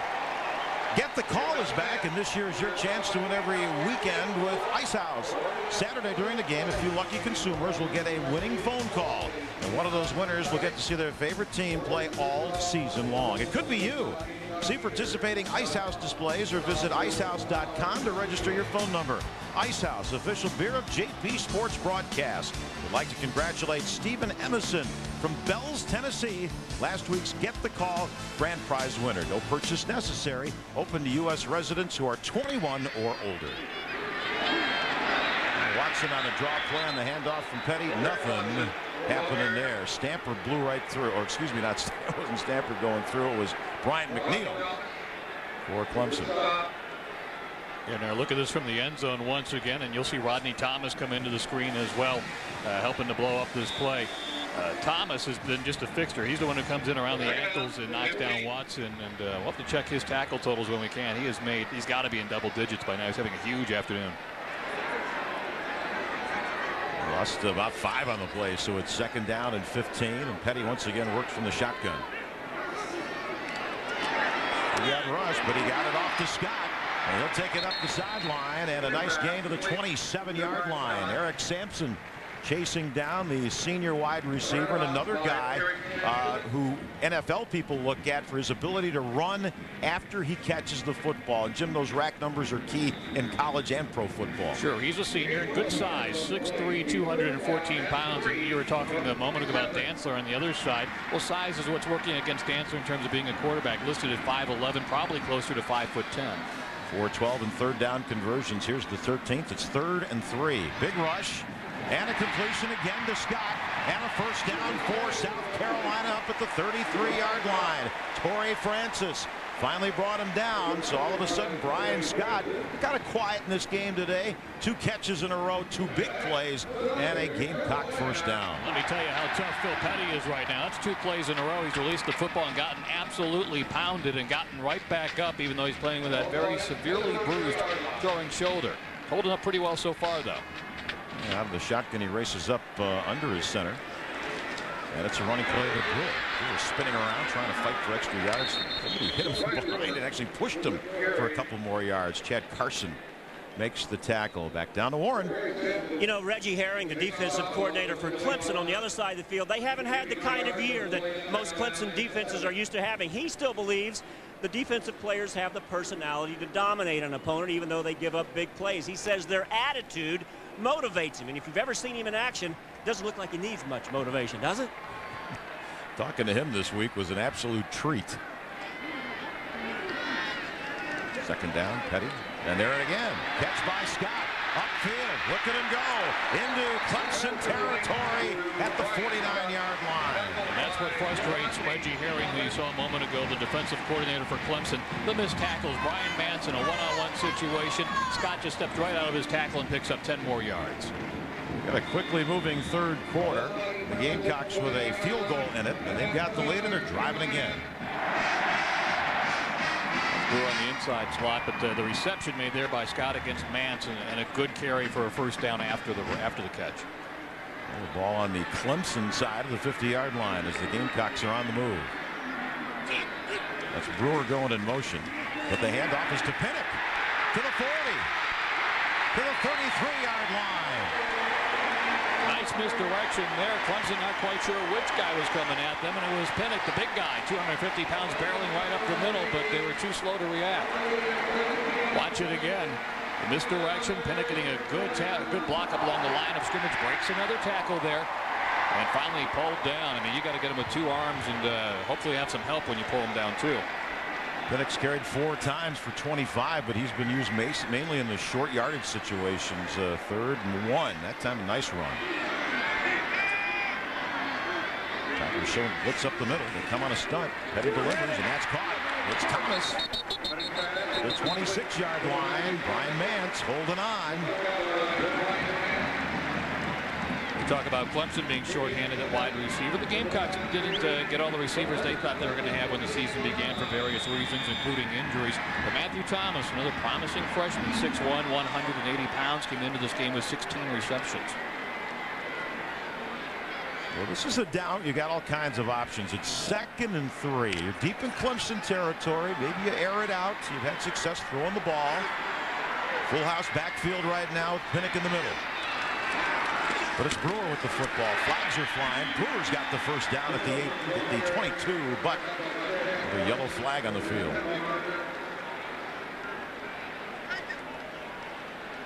I thought maybe Clemson had jumped offside, but we'll wait for the official ruling. Well, we saw the players are not always reliable as indicators of which way the penalty flag is going. On the defense. Well, Clemson was offside. Result in more yardage gain. And they'll take those 5 yards. Right. Even though he got the first down, you'll get some extra yards here.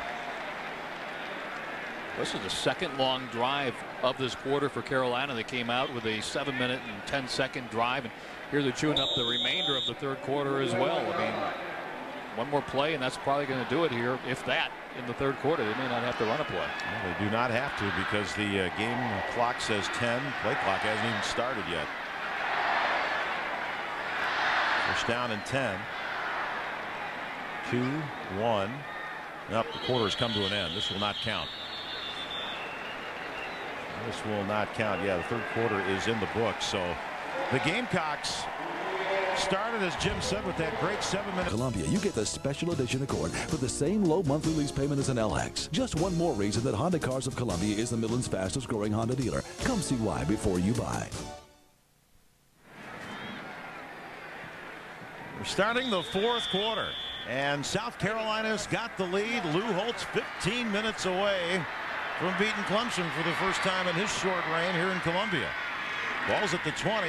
South Carolina on the move, and then at quarterback Corey Jenkins, and he's running a couple of yards down to about the 18-yard line. They're scoring in the third quarter, field goal, which has given South Carolina their lead, 13-9. And Jenkins, although he's the backup quarterback, the third leading rusher for the Gamecocks on the season. They've been running the ball so effectively here. They'll give Petty a breather and probably run the football a little bit more, though we did see at least one time Jenkins throw a deep ball. Working out of the shotgun with Watson to his left. Watson's going to block for Jenkins as he tries to turn the corner. And fighting for some extra yards. Let's see what they spot him. A yard shy of the first down at the 12-yard line. Hafley finally forcing the play to the South Carolina side of the field. So you got this 3rd and 1. You got to look at number 4. Skip Holtz is there sending in the play, but Penix usually their guy in this type of situation. Penix used Brewer a couple of times as well.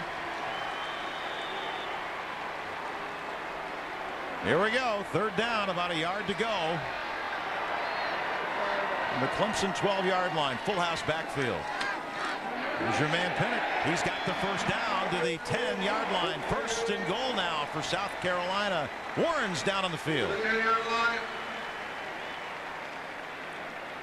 Hey, Bill, when Penix was 10 years old, we all know he's like 5'11", 250 right now. When he was 10 years old, he was not allowed to play Pop Warner football, you know, Little League football. And the reason they wouldn't let him play, he was too big. He was hurting the other kids.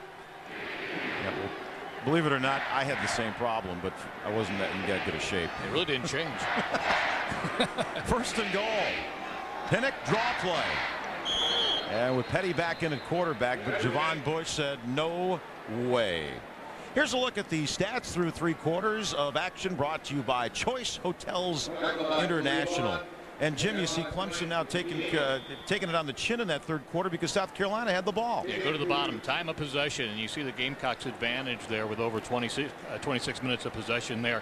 And you keep the ball out of Woody Dantzler's hands, as we said that way, and the Gamecocks really controlling and dominating the 3rd quarter. Still going here on that same drive in the 4th quarter. 2nd down and goal. Watson, this is the play they scored the touchdown on, but nothing doing this time. That sweep around the left side, but once again, Hafley came up from his safety position along with linebacker John Leake, and they closed it off. So now you've got a 3rd down and goal from the 8-yard line. Charles Hafley pretty busy last week versus Maryland, moving over to that free safety position. He had 20 tackles earlier this year. He had 19 tackles versus the Tar Heels. Both of those school records, breaking his own school record with the 20. If you're a Clemson fan, you want somebody to make a big play. If you're a South Carolina fan, you're in great shape here. Bootleg by Petty, keeps it himself. One man to beat, dodges him to the 1-yard line. Torrey Francis and Phil Petty meeting at the 5. Petty with a nice cutback move, and it'll be 4th and goal from the 1-yard line. Got him by the tippy toe, maybe a toenail. It was enough for Francis to bring him down, and here's your play of the game coming up right here. Going with the running quarterback. Yeah, putting in Corey Jenkins. Plenty of time on the play clock. It says 18 seconds. 4th down and goal. The ball game may be won or lost on this play. The Gamecocks 2 of 2 and 4th down conversions in this one. Chicken Curse hanging in the balance. Option. Keeper. Touchdown. Gamecocks. Corey Jenkins.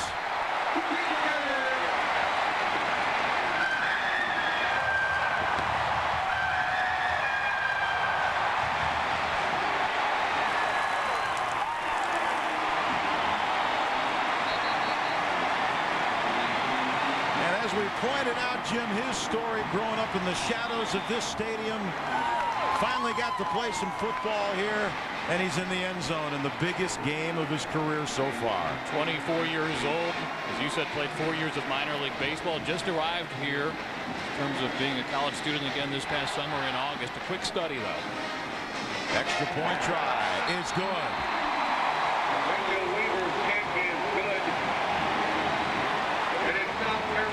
One more time, we're going to take the dealer personally guarantees the lowest price by $1,000 advertised. Dare to compare. Then you'll know why South Carolina's #1 volume dealer is the Midnight Store. Volume Ford.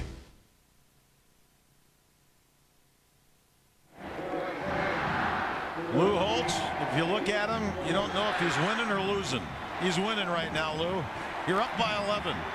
Meanwhile, Tommy Bowden cheering on his club because they've still got 12:27 to go here in the fourth quarter. But South Carolina has taken a 20-9 lead. An impressive drive, 14 plays, 80 yards, and Corey Jenkins scored on a 2-yard run. Kickoff, Derek Hamilton for the Tigers from his 1.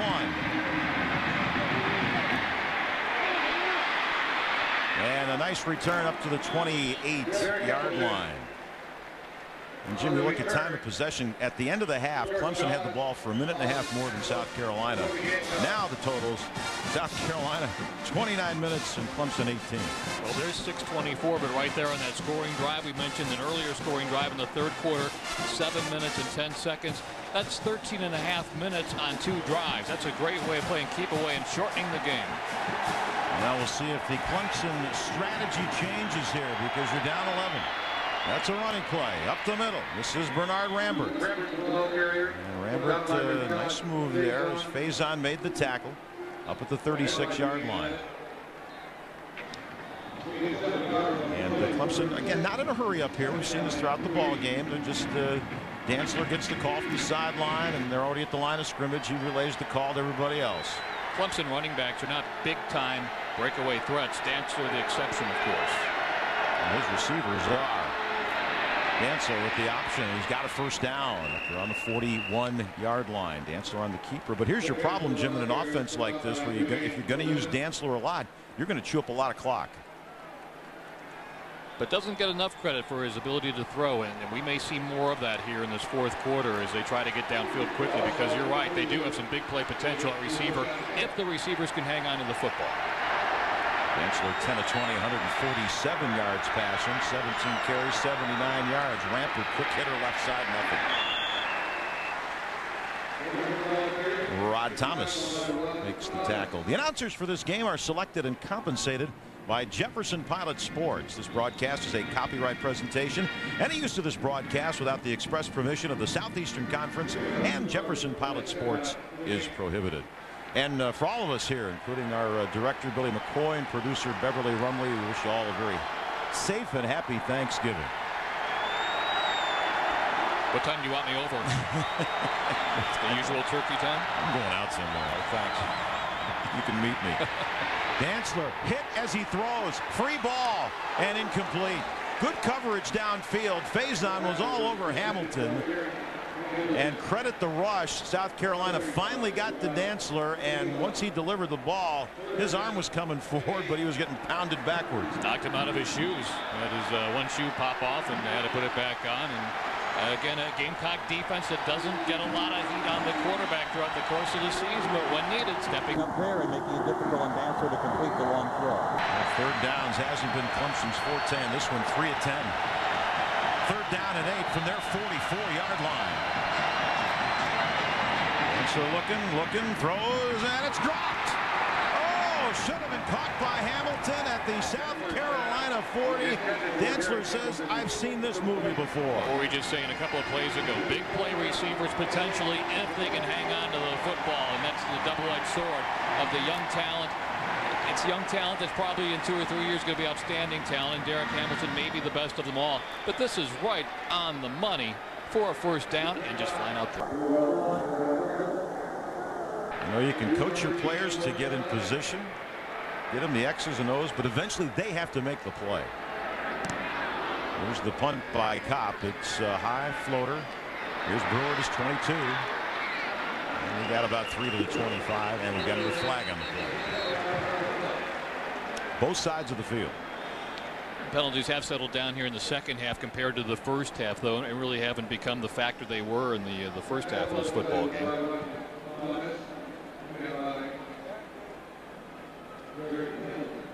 And now Lou Holtz, Skip Holtz. Well, let's listen to the call. On the return, we have a block in the bag. That's a 10-yard penalty and first down. Poor field position hasn't been a big distraction for Carolina. They've had some long drives despite. Double 5-star front crash test rating and #1 in initial quality by J.D. Power. Also, get 0% financing on Ford Excursion. It's truck season at your Carolina Ford dealer. Here's your score. South Carolina's got the lead and the football. Deep in their own territory. Petty back in at quarterback. Counter play. Pinnock to about the 18-yard line. Jim, I got to think they're going to just run and pound the ball and work on the clock now. Yeah, I was going to say, if Carolina throws the ball at all, it's going to be something real conservative, basically a long handoff kind of a throw. And even that would be a risk in that it would stop the clock. So, yeah, expect Carolina to run the ball, and they've certainly got enough talent and backs there, including their quarterback, to be able to run the ball. Shotgun formation for Petty. 2nd down and 5. Now he comes under his center. Pinnock again. Big hole there, and then it closed, but Pinnock fighting close to a first down. John Leake is holding on there, makes the tackle for Clemson. Here's our score. Let's take a look at some other scores around college football as we wind this season down. Well, Ole Miss was ahead early, but it's Georgia late. Is that for real? Oh, how about that? Unbelievable. There's this on the heels of Kentucky losing to Western Carolina in basketball, so saving some headlines for Tubby Smith for a while. Of course, bowl bids are on the line. South Carolina looking at maybe a Citrus Bowl berth. Outback in the Peach are a possibility. Clemson, Tangerine Bowl, maybe a Gator Bowl berth, depending on how things play out. They got to win one more, though. Yeah, they're not bowl eligible yet. As we're seeing with Kentucky there, never assume one. Just shy of the first down, so they'll take the chain gang over to the far side of the field. South Carolina, 6 first downs in this first half. Clemson 1. They've dominated this half, basically controlling the football, and they've scored 10 points in the second half. 3rd, less than a yard. Full house backfield. Quarterback keeper by Petty. He's got it. Looked like one of the Tigers might have snuck offside, but no flag. Javon Bush anticipating the snap correctly. Gutty performance by Phil Petty today. We'll probably never know the full extent of just how banged up that right shoulder is for him today, but he's taken some tough licks. He's run the ball about as much as he normally does. He'll get a breather here, but Phil Petty's done a terrific job on senior day, coming up big in his final home game. We got Corey Jenkins in at quarterback as the QB shuffle continues. First down from the 25. Pinnock, draw play. Oh, breaks a tackle. He's up to the 32-yard line. Once again, Rodney Thomas makes the tackle. But now South Carolina, Jim, when you get 5, 6, 7 yards on first down, boy, you've got you're having your way at the line of scrimmage. Lou Holtz raved about his offensive line in our meeting with him yesterday. All across, 300-pounders there, including the senior in the middle, Laurel Johnson. Melvin Page at right tackle, another senior who's battling some back spasms. Those are the 2 seniors along the line. We have Shane Hall, Cedric Williams, and Trevor Wharton. I mean, this is a big, stout offensive line. They're getting the job done. Shotgun formation again. Quarterback keeper. First down and more to the 43-yard line for Corey Jenkins. Now I'll tell you the other guy who has come in and done a nice job for South Carolina, and that is John Strickland, number 74. Remember, Johnson, their center, got hurt in the first half. They actually put Fry in for a while, but this guy's come in. He's done a great job in the offensive line, and now Carolina working on the clock. We're almost halfway through the fourth quarter, and they've got an 11-point lead. The second half, and this is the third long drive just running the football they've had since the break. Jenkins will give it to Pinnock this time. Powers his way into Clemson territory at the 48-yard line. Halfling Sampson on the tackle. Old-time football, just line it up, run it, stop us. See you try. There's Cedric Williams, one of the offensive linemen. These are the guys you don't talk about a whole heck of a lot unless they miss a block or allow a quarterback sack. But look at the hole on the little counter. And we're talking about running the football here, but Lou Holtz, his first season here, which of course was tough on everybody, 48 quarterback sacks allowed that season. This year they've only allowed 11 in the first 10 games. And Strickland, the center, now is a redshirt freshman. Quarterback keeper again, not this time. Zachary brought down in the backfield down on the 47-yard line. And Rodney Feaster from Chester, South Carolina, makes the play for the Tigers, but the clock is ticking. South Carolina content to run the football, and why not? You're really, Jim, 3 scores for Clemson. They need a touchdown, a 2-pointer, and a field goal. Game of keep away, and South Carolina's played it very well here in the second half. It's up to Clemson to stop them and get the football back here on 3rd and 5. Petty's back in a QB, by the way. Pumps. Well, he had Thomas downfield, but just plain out missed him. Thomas almost like stopped for a second. Then he broke. And Petty, I think, expecting him just to run that fly pattern down the sideline. Threw it upfield. And of course, the risk you take there is you stop the clock on the incompletion, but you're trying to finish a team off. That's a worthwhile play there. Well, if there are any doubts about the Gamecocks being weary from that Florida game last week, a slow start today, but they've really come on here in the second half. There's the punt by Tyler Dean. It's at the 15-yard line and will be picked up by the Clemson back. That might have been a mistake. Others might have more. No matter who you are, we can help. Call your American Cancer Society at 1-800-ACS-2345 or visit cancer.org. South Carolina with the lead. Clemson's got the ball at their 15-yard line, and here are the first down numbers, and what a difference a half makes.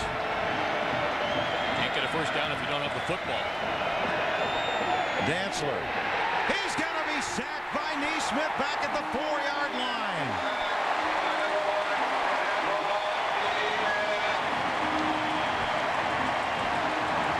Dantzler never had a chance.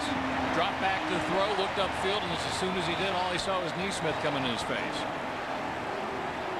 Usually when a guy comes free like that, somebody he usually comes unblocked. Dantzler never had a chance. Going no huddle this time, and it's more of a hurry-up offense. Back at their own 4-yard line, 2nd and 21.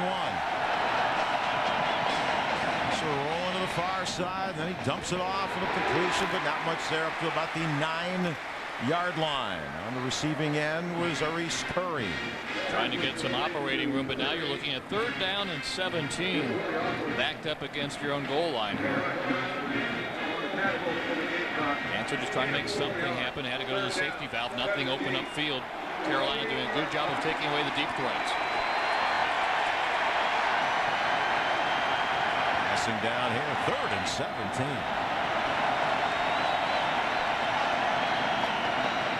So with some time, far sideline up for grabs and caught at the 45-yard line. J.J. McKelvey. And I'm surprised. I thought Sheldon Brown had him measured. Sheldon Brown is actually behind the receiver and lets the receiver step in front of him and jump up and catch the football. Here's the throw up the sideline. And it's a jump on, and Brown's just hanging back there instead of stepping up and knocking it down. He hung behind the receiver and allowed that catch to happen. Brown's got 2 interceptions, both in the first half. So the Tigers with a big play and a receiver holding on to the ball. In their own 45. Dantzler again with time. Now he's going to run it. Midfield. And into South Carolina territory, Woody Dantzler gets his team now inside the 40 to the 38-yard line. Good block by Travis Zachary upfield, allowing Dantzler to get an extra 8 or 10 yards and get out of bounds and make that into a big play. And you can see the intensity. You can see the urgency now in this Clemson offense. And that clock's starting to tick a little bit slower now for the Gamecock fans here. From the South Carolina 38-yard line. First down and 10 Clemson. Play action. Swings it out to Zachary. Hit as he caught the football at the 34-yard line. Sheldon Brown didn't lay off the receiver that time. Read the play beautifully. It was a play action to Zachary. He came out of the backfield and got popped. Preseason candidate for the Thorpe Award is Sheldon Brown, as you said. Didn't get the deflection on the long ball, but here on the shorter route, hello, Zachary. Wrapped him up and dropped him. There's a quick out. That's a completion, but the receiver falls to the turf. Crosby grabbed it. College football. So back down on the sidelines to Warren. You know, Coach Holtz has talked about how important it is to win this game for a number of reasons. Is Clemson going to be able to come back with just 3.5? South Carolina trying to win 8 games for just the 3rd time in 108 years, and it could come against a team they want to beat the most. 3rd down 5. Quarterback draw. 1st down and plenty more. Dantzler keeps the legs churning to the 15-yard line. 1st down and 10 Tigers. Late penalty flag after the play.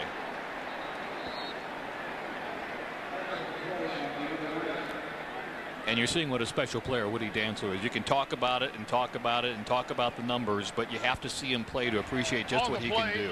With a 5-yard incidental face mask that'll be added to the end of the run. 1st down. So the incident will be a 5-yard penalty. But Dantzler, you just have to see him play in the open field and how he creates something out of nothing. Quarterback draw, keeps it. They convert on a long 3rd and 17 back at their own goal line earlier in this drive, and then give him some operating room, and he's tough to bring down. He's a special player.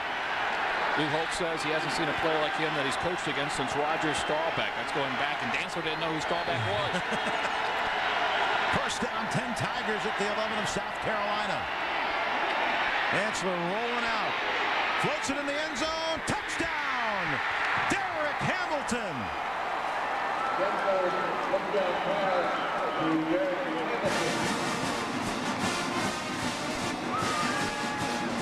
That chicken curse isn't dead quite yet. No, it's not. And nice move by Hamilton to get free as Dantzler rolled out. And the way he's been running the ball, if you're a defensive back, you got to start looking at him. And Hamilton found himself open in the corner of the end zone, and now Clemson has to go for 2 points here. Hamilton with a critical drop on a 3rd down in the previous drive. There he pays off with the touchdown. That's that young talent. You live with it and you die with it. Now we'll see what Dantzler does. He may be the only player who touches the ball here. All right, 2-point conversion. The score is 20-15 South Carolina. Clemson going for 2. Dantzler takes the snap. Plenty of time. Rifles it. Intercepted in the end zone.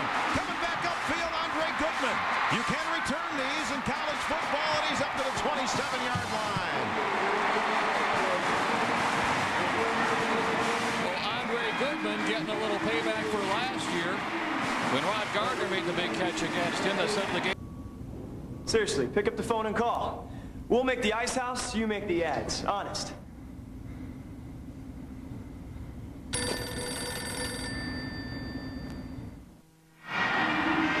If you thought this game was over a few moments ago with South Carolina leading by 11, you haven't followed this series very much.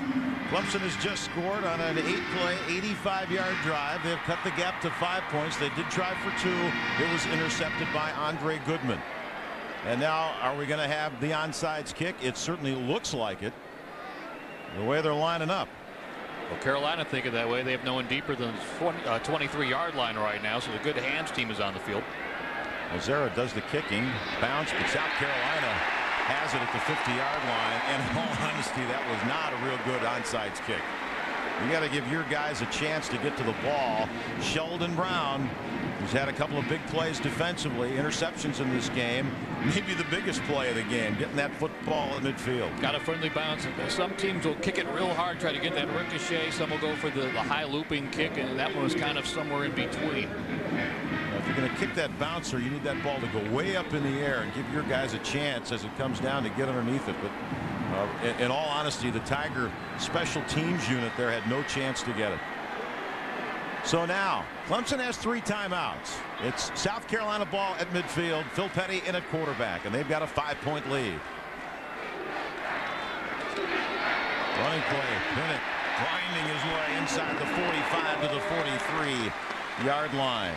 And how big has he been in the second half of this game? Just continuing to get the tough yardage between the tackles behind that big offensive line. Clock is moving. It'll be 2nd down, 3 yards to go. Jenkins now comes back in at QB for the Gamecocks. Well, nothing but running plays the rest of the way out here for Carolina. Got your option quarterback on the field. His touchdown, the lead touchdown in this game. Ooh.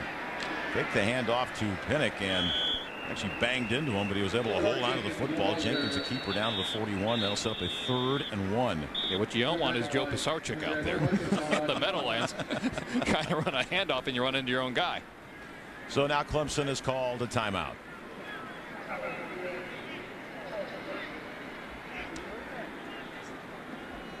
Now time for our look at the BMW Ultimate Drive of the Game, brought to you by BMW, the ultimate driving machine. And Jim, this is the South Carolina touchdown to take the lead. Or to add to the lead, actually, the quarterback keeper by Corey Jenkins. And as we said, a magical moment for him from about a yard out.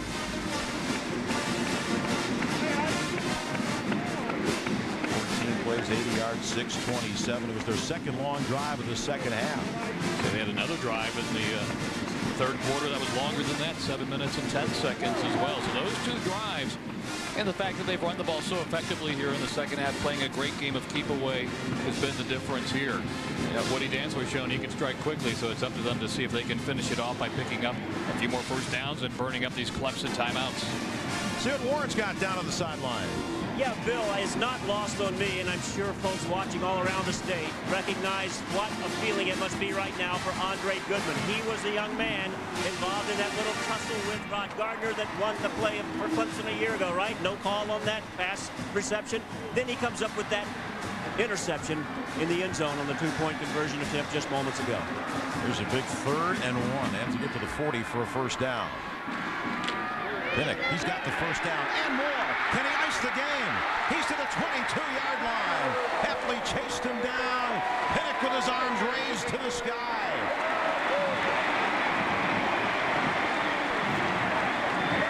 He just continues to pound the Clemson defensive line, and he has racked up big running yardage here in the second half, and that's been so key in just containing the clock. As you said, a first down here.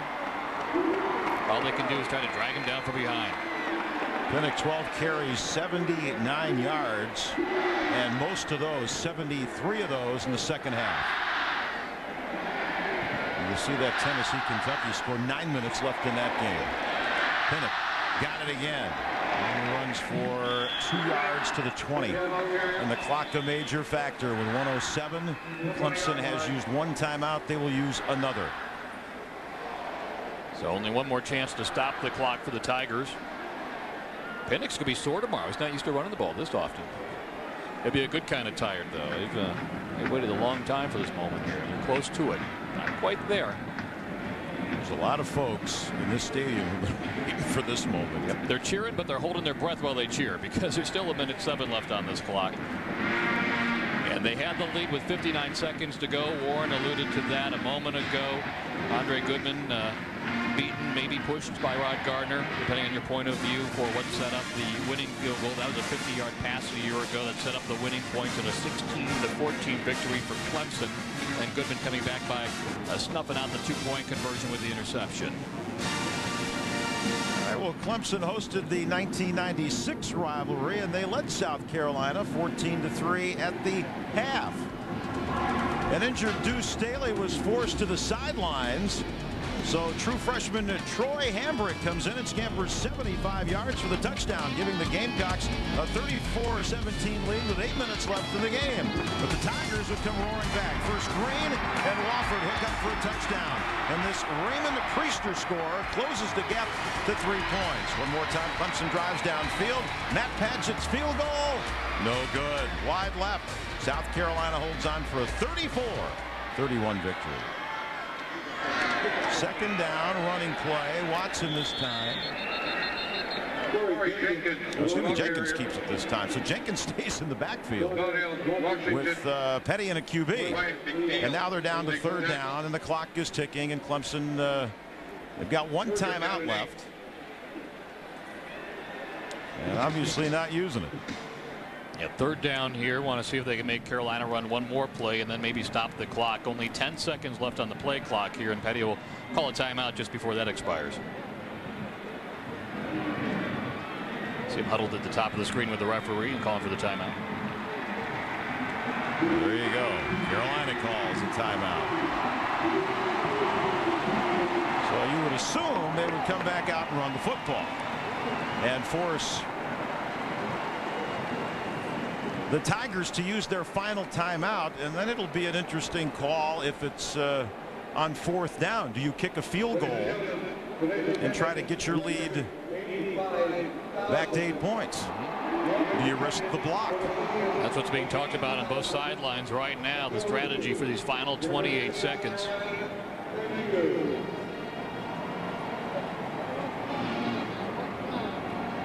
the chess match continues. That Skip Holtz talking with his offense. Meanwhile, December 1st, Woody Wittenhofer's finale for Vanderbilt. The opponent's Ole Miss. 12:30 kickoff. Should be a good one. Right here on your Jeff Pilot station. Another Manning at quarterback. Eli having a terrific season as a sophomore. Yeah, he went to where Daddy played. Peyton's probably a little sore this week with that hairline fracture. His jaw. Yeah, he doesn't have Edgerrin James. Yeah, you mentioned Troy Hambrick. The highlights are going to go. He's going to be the guy in Dallas. Emmett Smith is back, but he had a big game, 127 yards rushing for the Cowboys. There's your South Carolina offense set up to run this play. That was a good shot on the sidelines of Reggie Herring, the defensive coordinator for Clemson. It is third down and 8, 28 seconds to go in the fourth quarter. I think they're going to run. Brewer cuts back left. Just using some time on the clock. Tackle at the 18, and now Clemson utilizes their final timeout with 22 seconds to go. So now a fourth down decision for the Holtzes. Do you want to kick a field goal, go up 8 points? Do you risk the block? Do you just run a play? And if you do, that would be a turnover on downs, and Clemson would be stuck deep in their own territory at their own 15-yard line. Look at Reggie Herring, now Tommy Bowden on the Clemson sidelines. All they can do is wait and react. What do you think? Well, you know, it's interesting because they've got the kicker Weaver kind of extended far away from the huddle on the sideline there and not part of the conversation. So it's not looking good for the kicker right now. Well, it's typical of most kickers, though. None of them are ever involved in the huddle. Even when they go to the pros, they practice on the other side of the field. But they can certainly win or lose a football game for you. It's been a game of field position. You've got Clemson backed up right now. No matter what kind of a chance you want to take. And our game situation has been this. Clemson got the early lead on a touchdown pass. South Carolina, however, would battle back and lead 10-9 at the half. The Gamecocks dominate the second half, possession-wise, time-wise, and on the scoreboard, scoring 10 unanswered points until the Tigers a little while ago got on the board again on another touchdown pass by Woody Dantzler. As we suspected, with the kicker lingering in the distance, he'll not get a chance here. Yep. Run some more time, and then Clemson will come back out and have a shot. Well, here's the call by South Carolina. It is fourth down, 6 yards to go. They're at the 18 of the Tigers. Oops. Oh, runs into Pinnock. were lucky to hold onto the ball. And some oohs and ahs from this crowd here at Williams-Brice Stadium.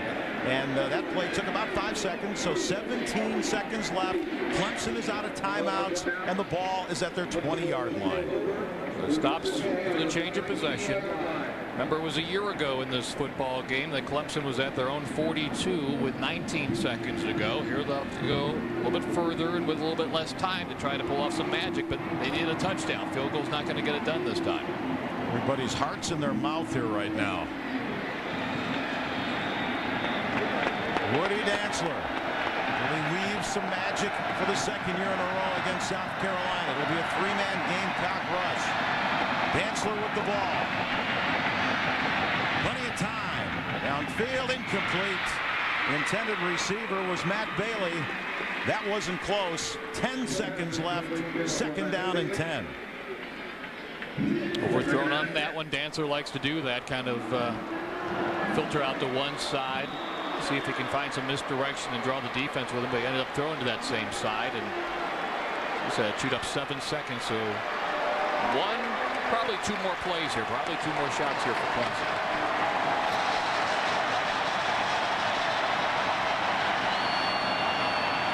So again, stepping back to his left, cocks the arm. There it goes.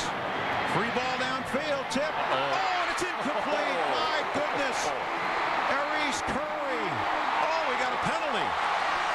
And the ball game's over. The clock has run out. That play took 10 seconds and it's over. Lou Holtz and the Gamecocks have finally done it. They have knocked off the Clemson Tigers. Chicken curse is dead. And those goalposts, they'll be at 5 points tonight. Well, it wasn't over until the final play. And if you're a South Carolina fan, you got to love the guy running the clock. That play took 10 seconds and was almost caught, but it fell incomplete. What a dramatic ending here at Williams-Brice Stadium. It's been 14 years since the Gamecocks have beaten Clemson in this stadium, and the long wait is finally over. 20-15. Lou Holtz, another notch on his belt here. Told you at one point, it was one thing to turn this program around. Got to 8-4 last year. A big win here today because, as we said, there's the three big ones that South Carolina wants to win. The game against Florida, Tennessee, and this one. They couldn't beat Florida, couldn't beat Tennessee, but they finally got the Tigers. One more time. Jim, here's the last play. Yeah, almost tipped. And remember, the clock would stop perhaps on a first down, but that 10 seconds went by pretty quickly. Good throw. I was surprised Clemson had such a good shot at it. The two defenders came up short, and for just a moment, you hold your breath, because if Curry catches that, there might not be a defender between him and the goal line.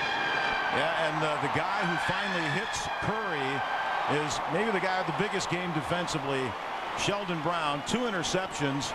And he's the last gasp here for the Gamecocks defense, and he's right on his back. I'll tell you what else. The folks in Columbia will be glad that Woody Dantzler is graduating, because he has been a thorn in their side, and you never feel safe until that clock has triple zeros on it, because Dantzler can make something special happen at any moment.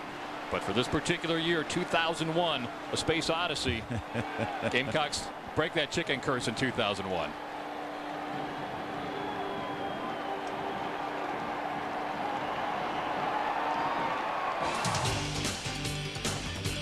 SEC football has been brought to you by BMW. Visit your local BMW center for a test drive. BMW, the ultimate driving machine. By Payday. Can't get enough peanuts? Get a Payday. Sweet caramel and tons of salty peanuts. By Pizza Hut. So much variety. The best pizzas under one roof. By Choice Hotels International. The power of being there. Go. And by Chevy, the cars you can depend on, the cars that last. We'll be there.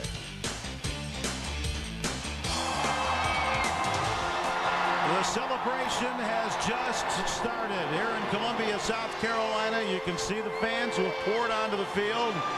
And they are playing the 2001 Space Odyssey theme that this club runs onto the field to before every home game. Now they're playing it at the end because they've done something they haven't done since 1987, and that's beat rival Clemson here in Columbia. I see the security guards are guarding the goalposts right now. Some people thought if South Carolina won this game, the posts would come down. We haven't. That might happen yet. The fans may be waiting for their moment as well. But, Bill, you look at the numbers from this game and start at the top with the rushing yards for South Carolina. So much of that coming in the second half when they just physically dominated the defensive line of Clemson with the offensive line of the Gamecocks. Pinnock, a big part of that, running the football as well. But it was their ability to run the football, and then at the bottom, the time of possession they used up in running that football that sealed this victory and shortened the game in the second half. Yeah, and Pinnock was certainly a big part of this for South Carolina in the second half. In all, 14 carries for 80 yards, some big first downs, and some big runs when they were chewing up the clock. Well, let's go down on the field to Warren. Melvin Page standing with me, and there are just folks trying to get at him as well. Congratulations on the win. Thanks very much. You know, it's probably the biggest win I've had since I've been here. It just feels great. It was tough. It was tight. It was as advertised, huh? Yeah, definitely. This is a rivalry game. It's going to be close every year, and finally we got a chance to pull one out. All right, Melvin Page, well done. Okay, I'll get a couple more here, guys. I'll throw it back upstairs to you in a moment. And not many people leaving. No, his ears were a bit bigger and the nose was longer. Next thing I knew, the truck was gone. This him, sir? Yeah, that's him. That's the guy. Can't get enough peanuts? Get a Payday. Sweet caramel and tons of salty peanuts. Understand that now Tennessee has taken the lead over Kentucky late in that football game, 35-28. There you see the score, fourth quarter, a few minutes left in that one. Kentucky's been leading most of the way, but the Volunteers look like they may just pull that one out. Well, there's a lot of celebrating going on down on the field, and Warren's right in the middle of it. I sure am, and I'm with Cedric Williams, so if it does get real unruly, he can do some interference for me. Congratulations on the win. What's it mean to you? I mean, it means a lot, man. You know what I'm saying? It beat us 4 years in a row. You know what I'm saying? They talk about the chicken curse, and we wanted to come out here. Coach Oates tell us we wanted to come out here and dominate. That's what we want to do. And we dominate the line of scrimmage, baby. That's all we want to do, is dominate the line of scrimmage. All right, he's part of that offensive line that's pretty happy that they produced that victory today. Back up top to you, Bill. All right, Warren, and now we understand that Kentucky has just scored, so it looks like they're tying things up with Tennessee. Jim, let's talk about this offensive line for South Carolina, because as we said during the broadcast, many times, the only time you talk about these guys when they miss a blocker, there's a penalty on them. These guys did a great job at the line of scrimmage, especially in the second half. Pinnock ran strong. The touchdown run by Jenkins, he got a lot of good blocking up front. That was probably the difference in this football game today. The run blocking was phenomenal. Big holes for Pinnock and the others to run through, and appropriate that Warren is spending his time interviewing a couple of their offensive linemen down there. Melvin Page, previously a senior, he can really appreciate it. Cedric Williams, a junior. You mentioned Laurel Johnson went out earlier, the senior as well in this ball game, and Lou Holtz said this is his most satisfying coaching job in his storied career, and this victory today just a big part of that. All right, and Warren, you've seen a lot of these. What'd you think of this one today? Well, I walked out of last year's game in Clemson pretty sure I'd never see one as good. Today might not have been quite